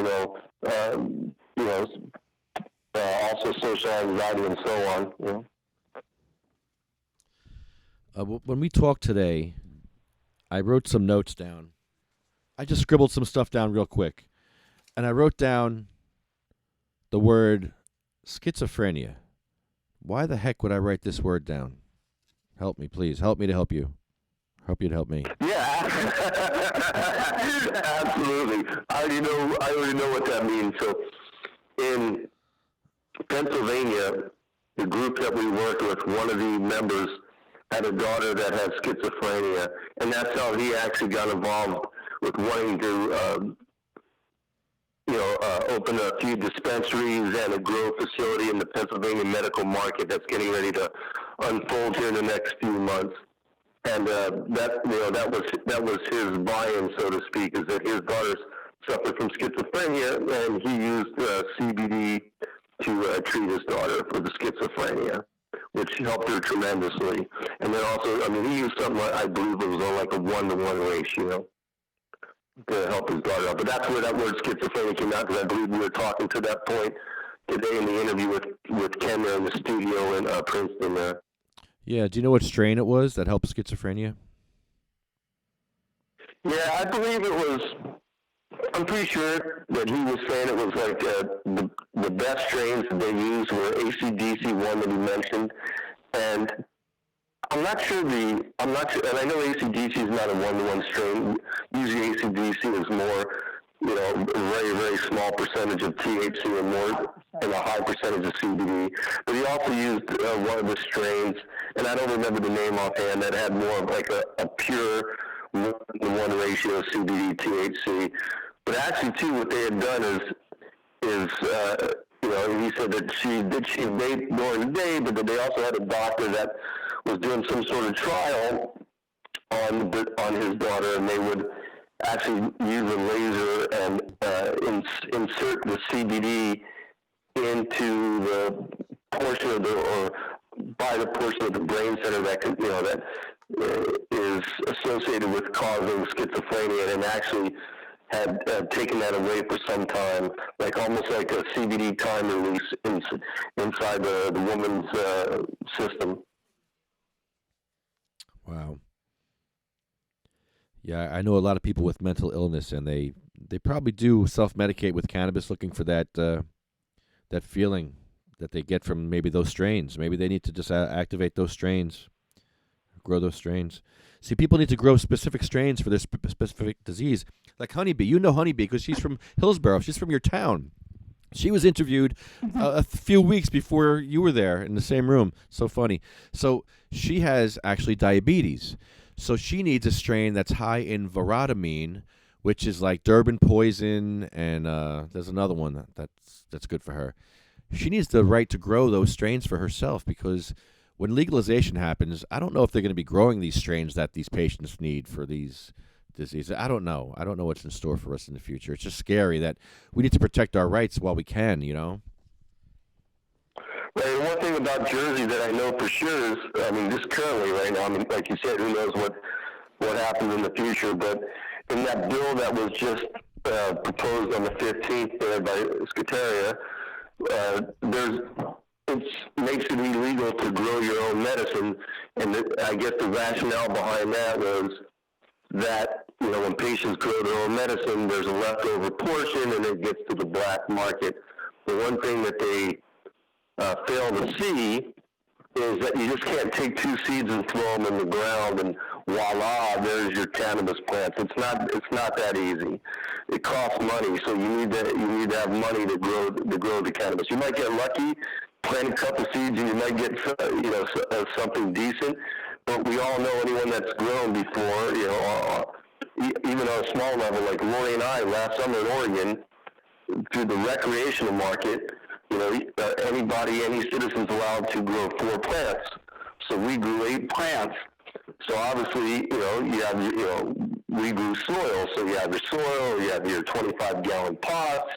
You know, we started outdoor, and then, you know, if you run into issues, as you know, then you have your nutrient line, your nutrients you're paying for that are pretty pricey, and then you know, we put them into a grow tent, and you have your HPS, your high pressured sodium lights, and by the time you get done, it's whoever's growing it, it's a substantial investment. So it's just not like where the state of New Jersey is saying, well, we don't want this extra product to get out into the black market. You know, maybe they're thinking in their head that you're just throwing seeds in the ground and you just water it in regular tap water, and it's you know, they're growing, and that's not the case, you know. So, wow. I love dirt. I've seen hydroponics, but I love dirt the best, and I love like chicken shit and bat guano. I love all that stuff. It's a lot of work, but absolutely. And then when we grew last summer, we grew the same kind of way, using all organic stuff. We used a line that was called Root Organic, so it had all those same products that you were saying, bat guana, oyster shell. You know, it also had. I forget, it had a multiple, sea kelp and all different kinds, but everything was organic. And you know, like last year when we grew our 8, we grew multiple strains. So I grew Catatonic, and then we had OG Kush, and then we grew Girl Scout cookies. So we grew like 8 different strains, and they all came out really nice, you know. oh my. Oh my. Yeah, we actually donated a lot of the flour to patients that didn't have access to flour. You know, it's more than we can smoke and living back in Oregon. It's more than Lori and I could consume in forever. And our 8 plants, we grew them in 25-gallon pots. So when all was said and done, we probably got about a pound and a half off of each plant, because they actually grew to be monsters, because we had lived on a houseboat at that time. Right. Wow. We had lived on a floating home at that time, so, you know, we grew them on the porch. So right on the porch was like an off drop into the Columbia River in Oregon. And the funny thing was, we were talking to our friends that were you know, growers as well, and they were like, "Are you in flower yet?" And we're like, "No, they're monsters, but we're still in veg." And they're like, once they start flowering, you're screwed, because you have that moisture coming from the river that's going to come off the porch, and you know, you're going to have mold and mildew, and your crop's going to be done. So then we had a scramble, Roy and I. We went out and bought a grow tent, and we finished them in a large grow tent. So technically, I guess we could say we grew light depth, you know. Wait a minute. You had them outside on the porch, and then you put them inside in a tent inside? Yeah. So we ended up vegging them outside on the porch. These 8 plants in 25-gallon pots, and they had all that natural sunlight, which made them, like I said, grow into monsters. And then once we realized there was going to be a mold problem, we didn't take into consideration that, you know, we were living on a floating home, and that the moisture off the river would give us those issues. We then bought the grow tent and flowered them in the grow tent. So, I mean, technically, you could say they were, you know, the end product was light deprivation, you know. Wow. That is so cool. That's a good one. All right. And it worked. It worked. Hey, save me some. Absolutely, it did work. It worked phenomenal. I mean, like I said, and we just usually grow before last summer when we did this grow, we hadn't grown in like 4 years before that. But it was funny because we gave it to people to try out. Some people that grew on a professional level that were, selling on OMMP, which is the Oregon Medical Marijuana Program, and that were rec growers. And like four of the 8 strains that we grew, because we grew different, each one was a different strain. We got really great reviews. Like on the Girl Scout cookies, we were told, the guy that tried it out and the other people that tried the Girl Scout cookies and then our OG Kush, they were like, oh my God, they're like, this stuff is dank, it's crystally, and it's like something that you wouldn't even know that it's like that. It's like quality that we would say is like, head to head with something that's growing indoor, but then like our catatonic that we grew, yeah, it was average, nothing special. But you don't know what works and what doesn't until you actually, play around with these strains and grow them and see, what you're best at growing and what the environment where you live in, is more conducive for in regards to the strain type, I've been saying for years that growers and whoever, dealers, everyone should give 10% of a tithing to the people that really need it. And you've been doing that for a long time, a lot more than 10%. I want to thank you for that. Thanks, guys. Oh, not a problem, yeah. Yeah, that's what it's all about, Yeah, and actually we have with us here, I mean, we don't have, but, we have a green oil machine that anyone can buy on the internet, and like I said, we haven't made any oil since we've been here, but we brought it with us in case any patients needed some assistance, and if there was any growers out there that wanted to donate, we could make those oils for those particular patients that were in need, Oh, how can they get in touch with you? If someone wants to get in touch, if they want to reach out to you, Lefty, and you have a phone number, they can just go through that channel, and then if they're really a patient in need and someone's willing to donate that flower, we'll make that oil for them. Okay, cool. Do you have your website is Cannashare? Do you have a website, or is that? Yeah, that's a website from the business, so we like to usually keep that different. Right. Totally different. That's a cannabis, national cannabis consulting business. But if anyone wants to check it out, absolutely, it's www.canna, share.net. And if anyone, they can kind of see information about Roy and I. We have our whole journey there. So we have our story about how we got involved as patients, like what we just talked about before, with Roy with her epilepsy and me on the opiates. And then we go into the dispensaries that we owned, and then a lot of other things that we've done for that we've worked with the community, like that we talked about earlier today down in Princeton, that we did what's called a compassion jar dispensary in Oregon too, where a customer would come in and donate, we would match their monies 100%, and then we would use those monies and split it up between patients that were in need and were on SSI, SSD, low income, just were going through a hard time in their lives, and we would buy them the medicine at the cost that we bought it at, so we weren't making a dime off of it, so they could get more bang for the donation, so to speak. So yeah, it's just that's all on our website. They can take a look and find out about our business that we're doing as consulting service for the last 6 years here on the East Coast. But yeah, we kind of keep one separate versus the other. We keep our business, what we do with Cannashare Consulting, separate than what we do on our own personal time. But in our own personal time, we're all about paying it forward. That's what we believe in. That's great, man. Thank you so much. So we're going to add you as a sponsor. We love your company. We're going to add you on our credits here at the end of the show, and feel free to send us free samples or whatever you want. It's all good. Absolutely, man. Absolutely. We're all about that. that, man. It's all kind of good, right? Guys, thank you so much. Cannashare, go to Cannashare, and it's a great company. And we're gonna talk about you for the rest of our careers here. We love you guys. You guys are the best. Hey, thanks a lot, Lefty, man. And say hi. You're all great. We appreciate what you do as well, man. Thank you. Say hi to Honeybee for me. All right, take it easy. All right, bye-bye. Thank you. Yeah, that's great. Scott and Lori from Cannashare. Great company. Consulting. Cannabis consulting. Who knew 20 years ago you'd have cannabis consulting companies calling podcasts in basements? Okay. In bunkers. In bunkers. I thought we were in the bunker in Bayonne. Correct me if I'm wrong. Talk about the on there.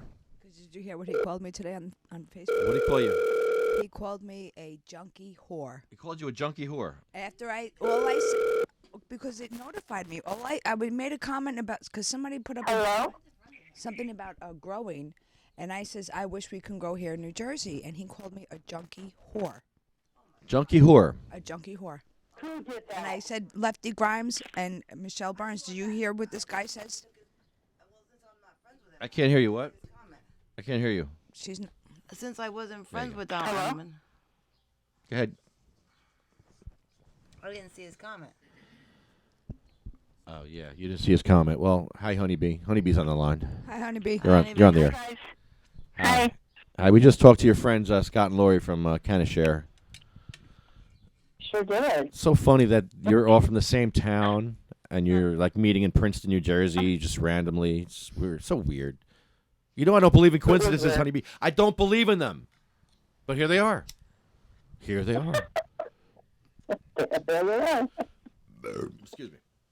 That was so crazy when I saw that. Yep.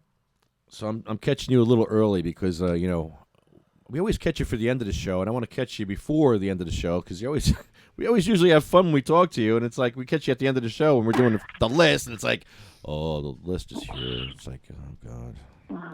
But I know. It's like, boom, boom, boom, on the list. no, so we don't want to do the list yet. We want to do funny stuff first and have fun because, you've been doing some wild stuff lately, and I love what you guys do out in Oregon. All of you grow weed. That's everybody in Oregon grows weed, makes wax, smokes weed. They don't worry about patients. Don't have issues. Patients aren't stressed out. Patients aren't worried. They're not paying top dollar for weed. And here we are with little babies on our wrists, and we're suffering here in New Jersey. Come on, man. What the fuck's going on? I know. It's so weird because when I go out there, I carry it. I'm like, what's wrong with that? And you're like, don't do that. You'll get arrested. Yeah, you can't hold it. We're all sharing it with everyone. Put that down. I know. Hide! Duck and cover! Duck and cover! There's an officer! Get down! Yeah. So we were out smoking. We went to a concert Saturday, and, everyone smokes. And so we're all walking up with this big joint, and the security guard is like, oh, just go around the corner. You're good. So cool. I have an echo.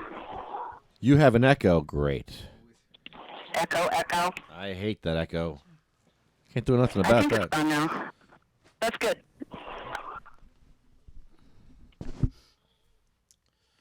I was trying to work on this. What? Go ahead.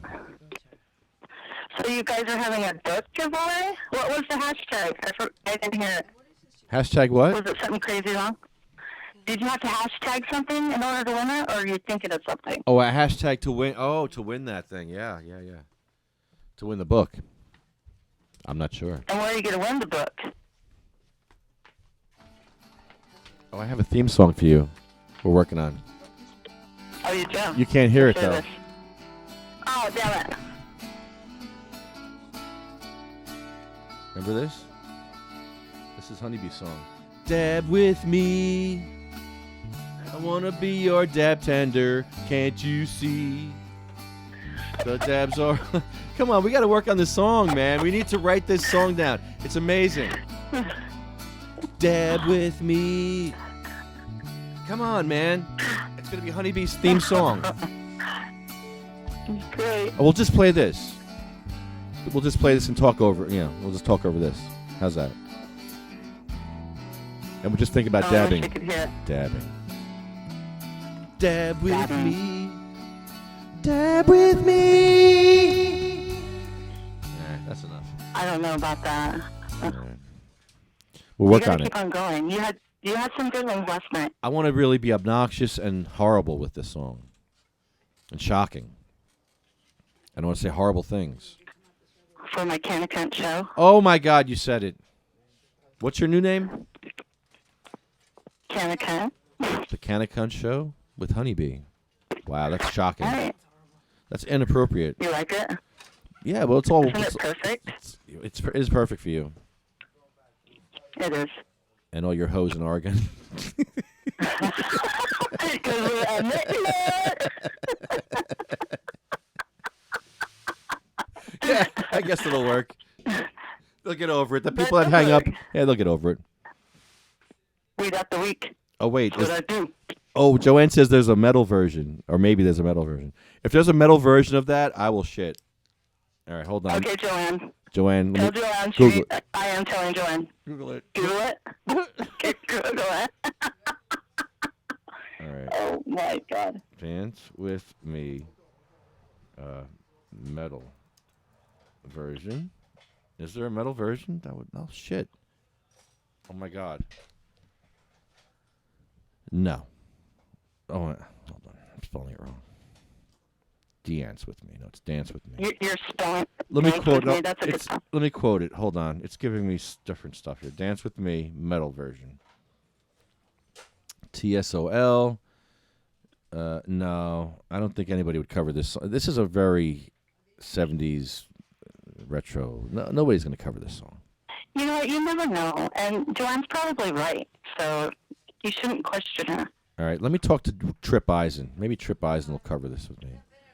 Dance with me. I want to be your partner. Can't you see? Dude, that would be awesome. Yes. Dab with me. Ask him. I want to be your dab tender. Dab with me. Dab with me. Dab with me. And then I could actually post the pictures of us all together. I need it for my theme song. Dab with me. All right, we'll work on It'd be that. like, that's $1 million. We'll do a metal version too. That's great. Yeah. Dab with me. Dab with me now.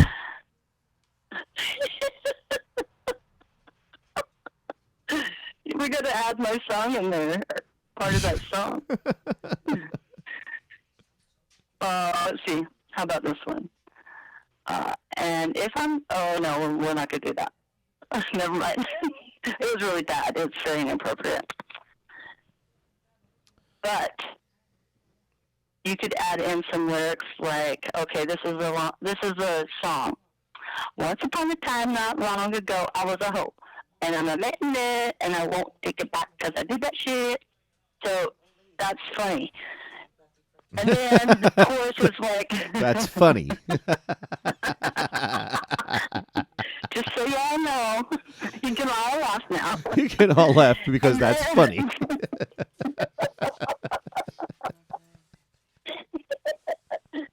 And then the lyrics are, I want your money, I want more money, I want your money, I want more money. Money has to be in there too. Because, I got to get sponsors. We got a new sponsor. Isn't that a great one? I did. A new sponsor. Yeah. Cannashare. I can't wait to see what they share with us. That's exciting. I think I'm going to probably get some first. I'm going to go down to their store and I'll do a little podcast. That's where you should do one of your podcasts, from their store. And I need to go to the Dankcast party, the one I've been telling you about. I need to do one down there, but I need a microphone.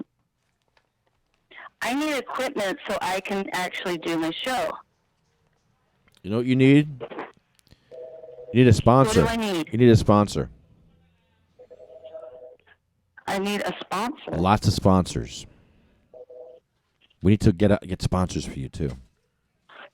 All right. Well, so 2 crosses 1.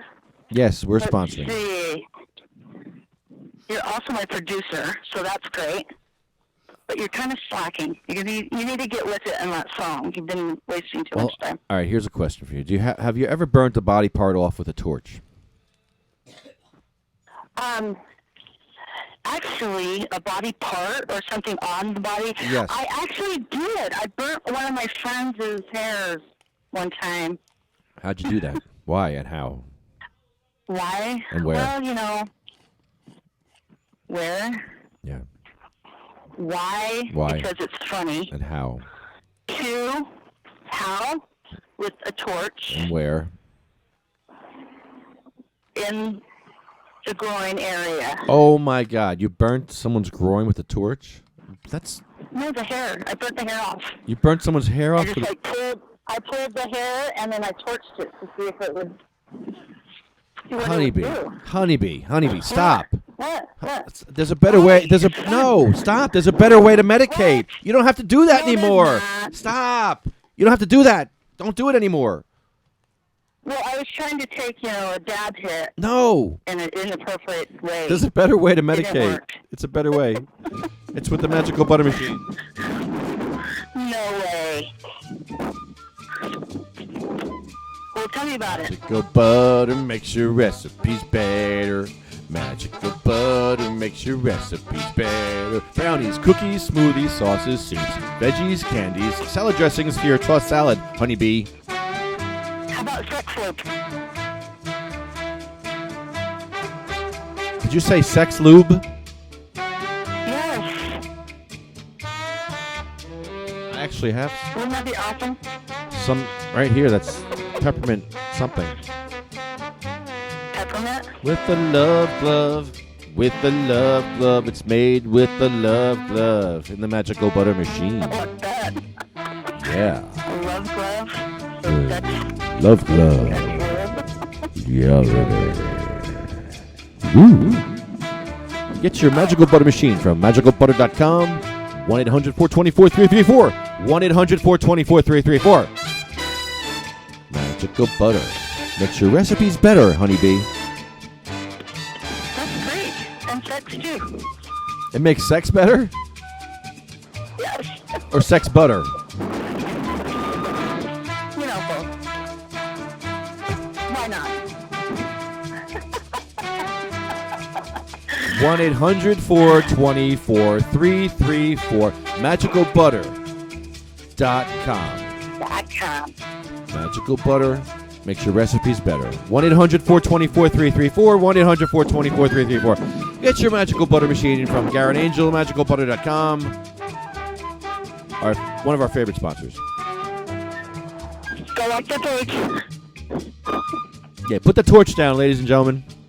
You don't need to use a torch anymore. Just make some butter or some brownies, some cookies, some sauces with magicalbutter.com. Yeah. All right. Yay! Yay, magical butter. You sound like you sing for a living or something. I'm trying. How's that working out? I don't know. We'll see. Are you going to be a rock star one day now? Oh, no, you'll see. One way or another, it's going to work out. Because one way or another, it's going to work out. I'm going to it's going to be the hard way or the easy way. And you know what I'm talking about. A couple of you know what I'm talking about. Yeah. I will be the streets. Yeah. You're going to be like, you're going to listen to this shit whether you like it or not. I will, yes. I will be a singer in the band that I want to sing in, whether they like it or not. That's what's going to be great. I'm going to force them. They just don't know it yet? They don't even know it. I'm going to be forcing them to be there. They don't even know it yet. They're going to be like, all right, Lefty, you win. You win. You can be the friggin' singer already. You'll see. I have a genius, brilliant plan. Don't doubt my plans. I have the most brilliant plan ever to be in my favorite band ever. And I will be in this band. Your favorite band ever? I love this band, and I will be the singer in this band. That's all I'm saying about this. That's all I'm saying. What's going to be your road name? Like your famous name? Oh, it's going to be called Sativa X, Sativa Cross. It's going to, and we're going to name the band Sativa Cross or Sativa X. There you go. There's your hint. There you go. How do you like them apples? How do you like them apples, huh? Marinate. I don't know about that. Marinate on that. Oh, watch. You're going to see some shit. Shit's going to hit the fucking fan. It's going to be great. You're going to love this. I can't wait. It's going to be awesome. Because I'm a nut. You're going to realize how crazy I am finally. You'll be like, wow, Lefty, you are fucked up. No, dude, I already know. You know those times I tell you need to pick up the phone and call 911 right now? You need help? Well, you know what I did before? I called Star 77, and they were like, I did. I called Star 77 because there's a fucking sign on the road. It says call Star 77 if someone's texting. So and that, it only works while you're driving? It created a whole loop of people doing this, of like 10 people doing this, calling on each other. And I'm like, this sign is fucking unsafe. What the fuck? Why didn't you go Facebook Live? You know? Now you know. You can only make that call while you're driving. So you should have someone else call. So you should have someone else video. You and all the other people texting. That'd be funny. Okay. So let's thank our new sponsor, Cannashare, from Hillsboro, Oregon. I love that. They're from Hillsboro.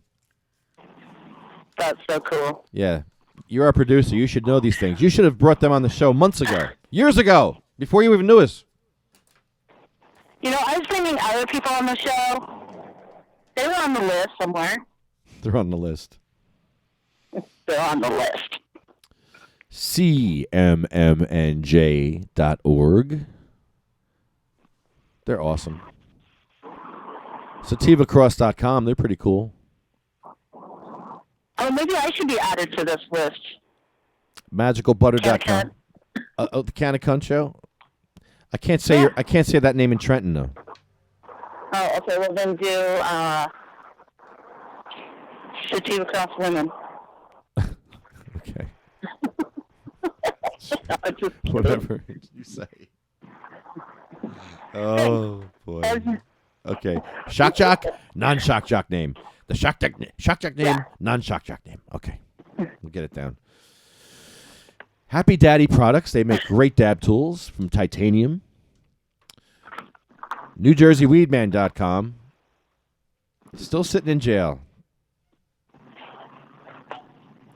But you can go to the joint and support Ed by going to the joint.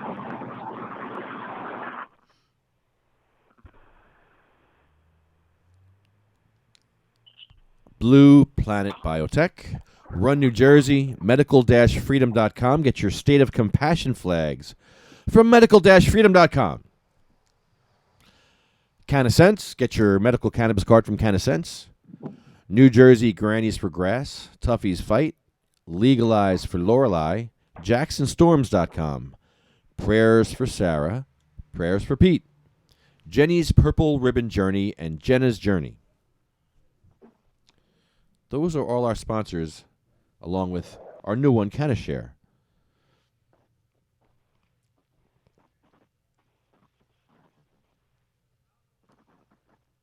So cool. You're so cool. This list is getting long. You know you're so cool. You award-winning journalist. We need to get more people involved and more people to help and more numbers, because there is power in numbers, and we need more people activated and doing what we're doing here and helping. A lot of people are scared because they're afraid they're going to get arrested, and you're not.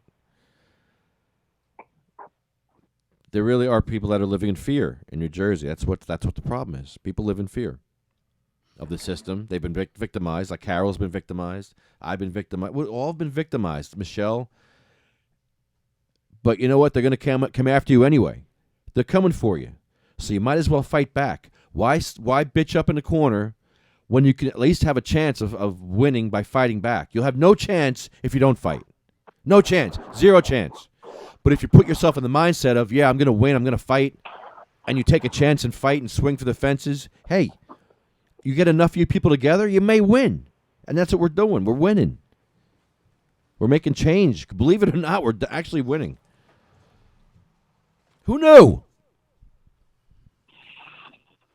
You knew. Look at you. You knew. Look at you.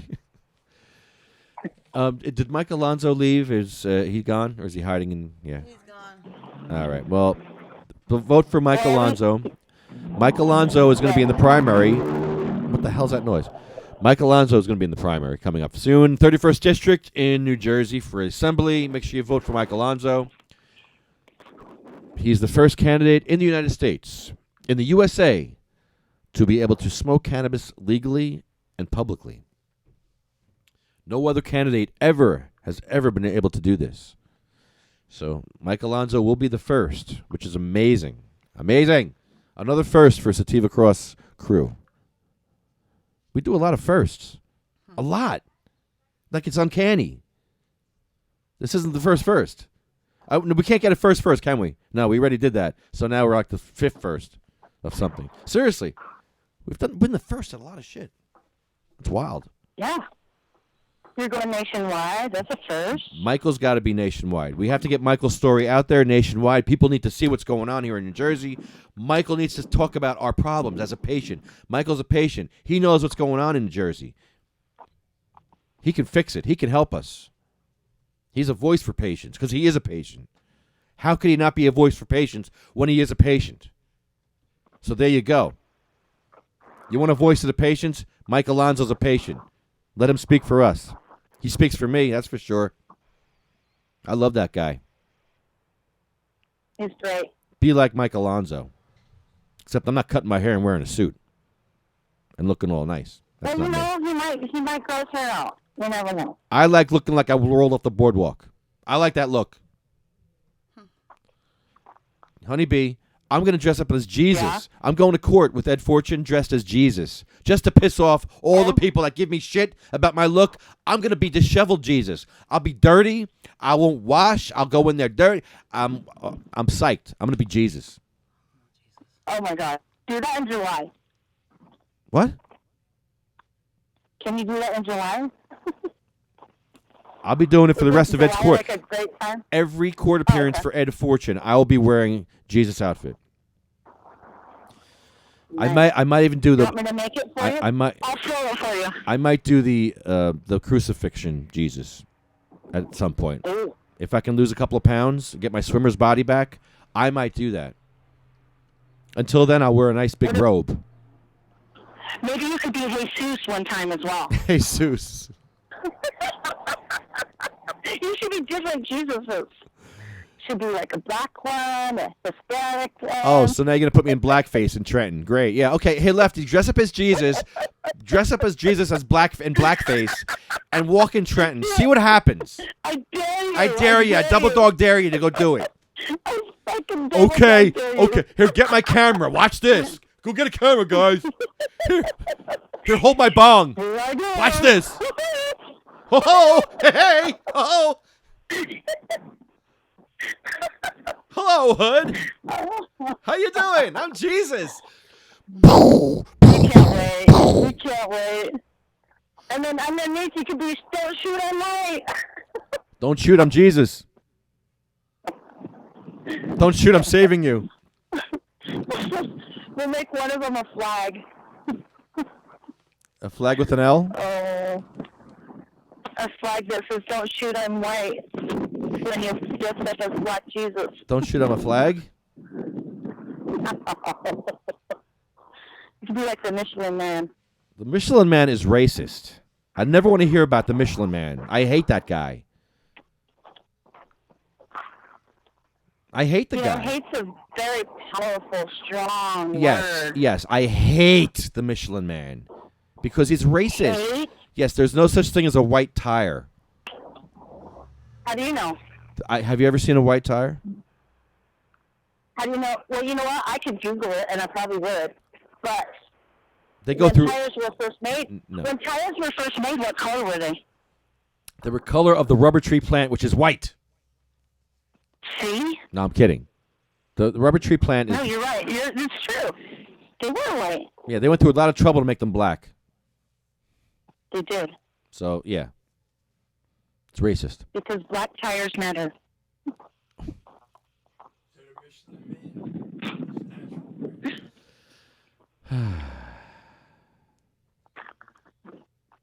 I don't like that sigh. Because I know what that means. Fun times over.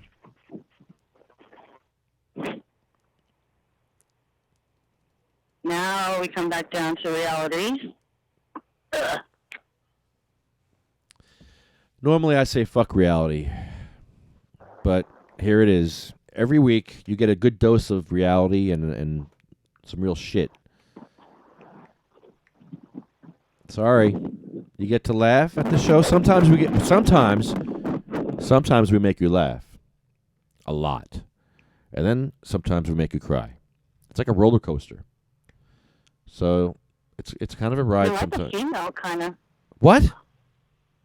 You're just kind of like a female. Who? Me? Yeah, you make us cry, you make us laugh. What? Oh, no. I don't think, you're very hurtful. You're being very hurtful. Like a female, you're being very hurtful. Female. Oh, well. Just like a How did you female. know that? To be hurtful and vindictive and spiteful. Oh. Okay. Well, yeah. Why do I sigh? You're right. There is a sigh. There is definitely a fucking sigh before this list. Oh my God. This list is rough, man. It hits me every week, no matter what. No matter what we're talking about, it always comes back down to earth right here. Because the first person on our list is a great woman named Cheryl Miller. William, did you meet Cheryl?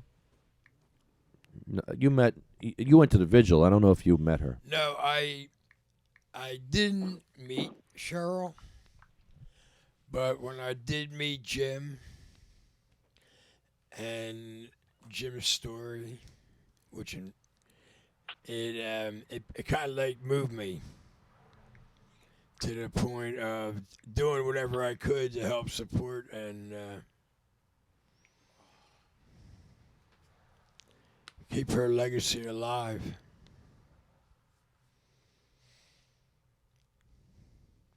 But no, I never met her, but I felt her.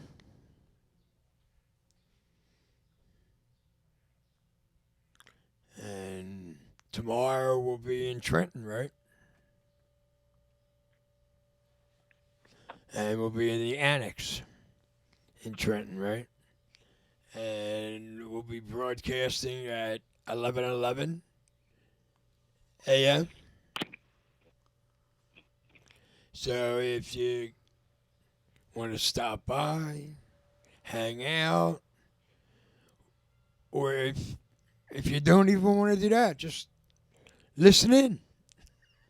Buy a T-shirt. They're $25. Yeah. Best T-shirt you'll ever see in your life. Don't shoot them running away. Don't shoot them white. Don't shoot them black. Don't shoot them Haitian. Don't shoot them a veteran. Don't shoot them butthurt. We got them all.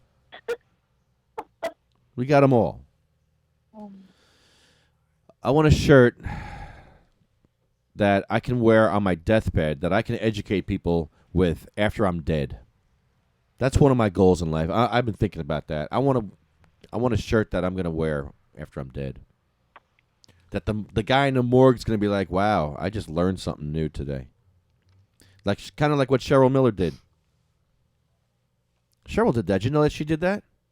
She wore a shirt that says cannabis is medicine. On her deathbed, she died in that shirt. And so the guy who was wheeling her into the morgue would be educated. That's what happened. That's exactly what happened.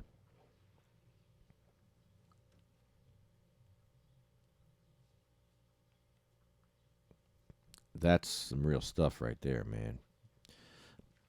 I thought I heard every story about Cheryl, but I'm sure I haven't. I'm glad I didn't because I want to know more about this amazing woman. Because that's pretty cool, man. Right? That's cool as hell. I mean, after you're dead, after you're dead, you're still educating people. Even now, even right now, she's educating people because her name is being spoken. Maybe someone's Googling Cheryl Miller and saying, "Wow, look what this girl did." I want to do that. Well, maybe everyone should. There you go. Why don't you do that? Google her. Yeah. If she could do it, just think of what other people could do. She did it with no body, no arms, no legs. Just her mouth, her eyes, her ears, her nose. That's it. That's all she had. And Jim Miller was pushing her around. And her bed. In her deathbed.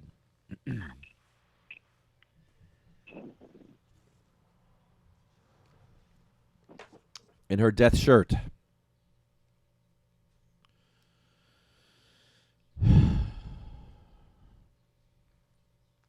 There you go again. Thank you, Cheryl Miller.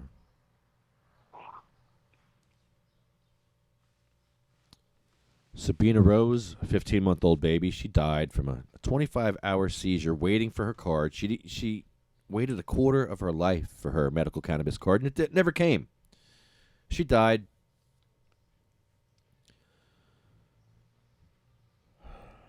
Diane died. Little Gracie died. So did Cindy Mae. These are little kids. Little Jack, he died from Colorado. He was a kid. He didn't ask for this. These children didn't ask for this disease.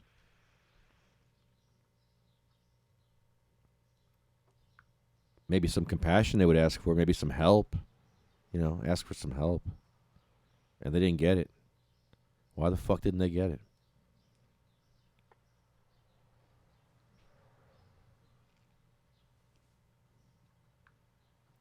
Joan Ford, she didn't get any either. She didn't get any compassion. They threw holy water on her. Joan Ford would have a seizure on the floor, and the nun would throw holy water on her. Helpful, hurtful? On the scale of helpful, hurtful, that's pretty friggin' hurtful. Randy Robertson? Chad? That's...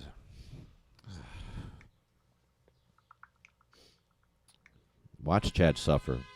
Watched him. Watch his mother suffer. Well, she tried to make oil for him without Chad's father because he killed himself. So Iris is trying to make oil for Chad. She didn't know what the hell she was doing. How could she?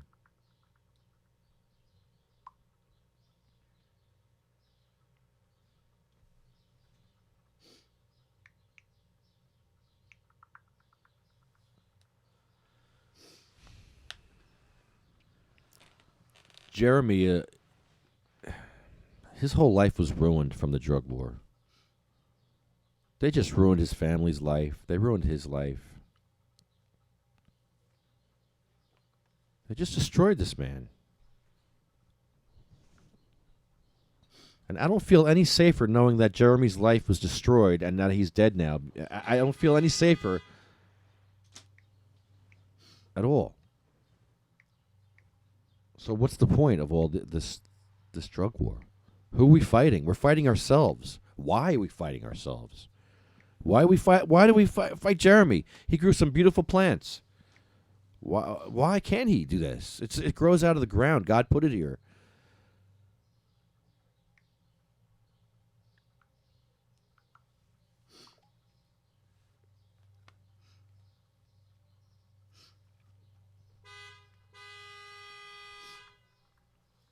Colette was Jeff's mom. She died from MS. And you don't die from MS, do you, Michelle?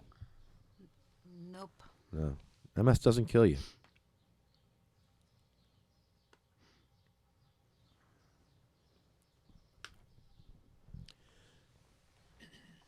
but it breaks you down. Yeah, MS breaks you down, and you die from other things. You die from pneumonia, or you die because you can't swallow, or you just fucking die, man. Things aren't functioning.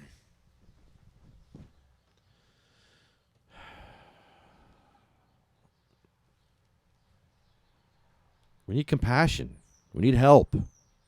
We don't need victimization from the government. We don't need those things. We don't want those things, but yet we're still getting those things. Even from society at large. But you know what? When you shine a light on cockroaches, they scatter. And those people that are haters and prohibitionists, they scatter when you shine a light on them because a lot of them are fake, phony frauds. They claim to be, loving, compassionate people, but yet they're really not.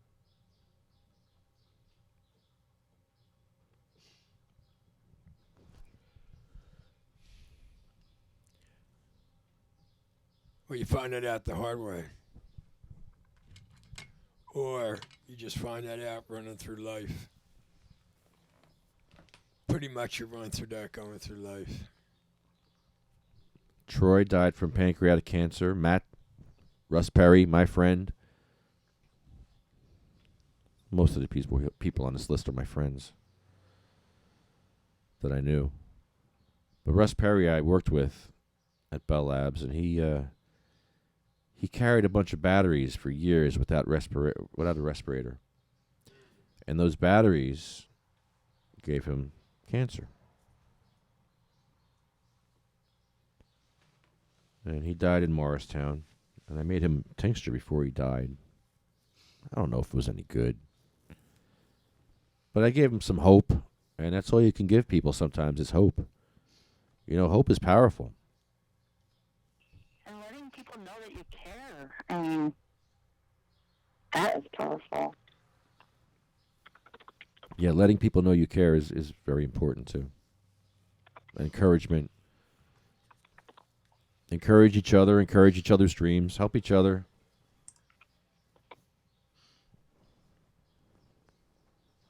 Because people got a lot of problems. A lot of people are suffering. And the more you can help people and lessen their load, the better. Because someday maybe your load will be heavy and someone will help you because you paid it forward, or it's good to help people. That's what we're here for. I've been on this earth almost 50 years, and that's the way to do it. Trust me, I'm an old man now, and you got to help each other. You can't be a taker in life. You got to be a giver.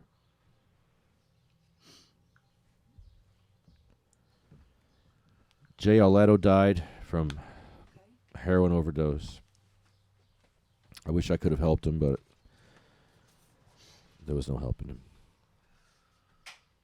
He couldn't get cannabis. He got heroin because heroin was easy. Heroin was right on the corner. Cannabis was hundreds and hundreds of dollars. Lots of waiting, lots of bullshit, lots of just crap. Yeah, heroin's a lot easier than cannabis. Uh-oh, Honeybee? Okay. My phone's going dead here. Sorry. I'm still here. All right, well, I'm just on mute. the last name on our list is Michael Dillon. Michael Dillon was your son. He died from a drop seizure. He sure did. It shouldn't have happened. No, it shouldn't have happened. No, none of this should have happened. It's a shame that people aren't getting the help they need, getting the medicine they need.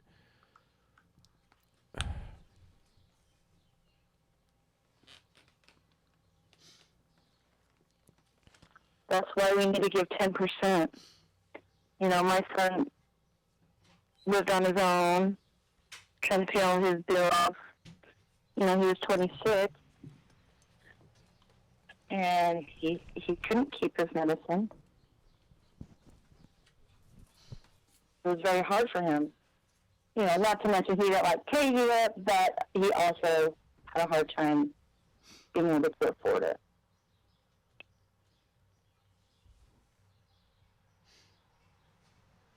So let's all share, everyone. It really will make a difference. And maybe someone else won't lose their son like I did. And have to live with this horrible, horrible feeling.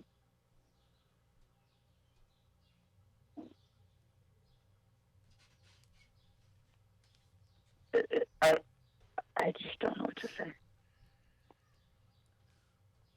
Yes, you do.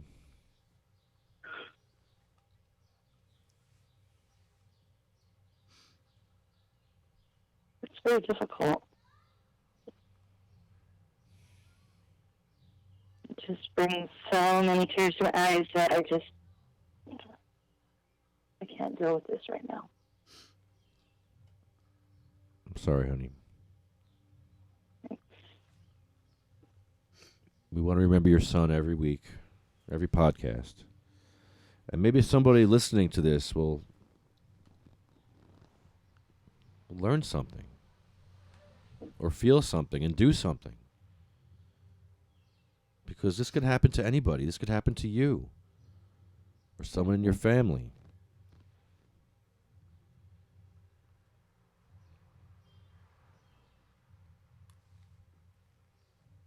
I hope it doesn't.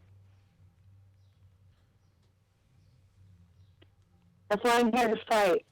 That's why I'm here to help. It's just so close to home. That's right. We're going out swinging. I'm fighting to the end. Because I've seen too much. Honey, you've seen the stuff I've seen. Everyone listening to this has seen the shit that I've seen, and I'm done. I'm done. Because you know what? I'm sick of seeing it. It's suffering needlessly, and I can't stand it. And I can't stand ignorance, and I'm done. I'm angry. I'm not angry at myself anymore. I'm angry at the system. I'm angry at the problems we have to deal with. And we're going to fix them. And we need your help to help us fix these problems. So please help us. We are not going away. We're going to keep winning. We're going to keep doing firsts of everything that we can do.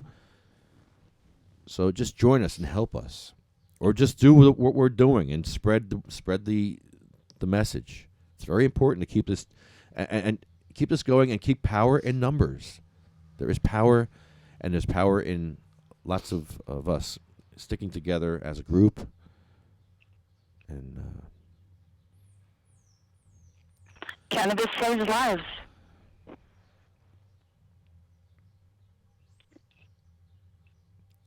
Take us home, Honeybee. All right. They shall grow not old, as we that are left grow old. Age shall not weary them, nor the years condemn. At the going down of the sun, and in the morning, we will remember them. We will remember them.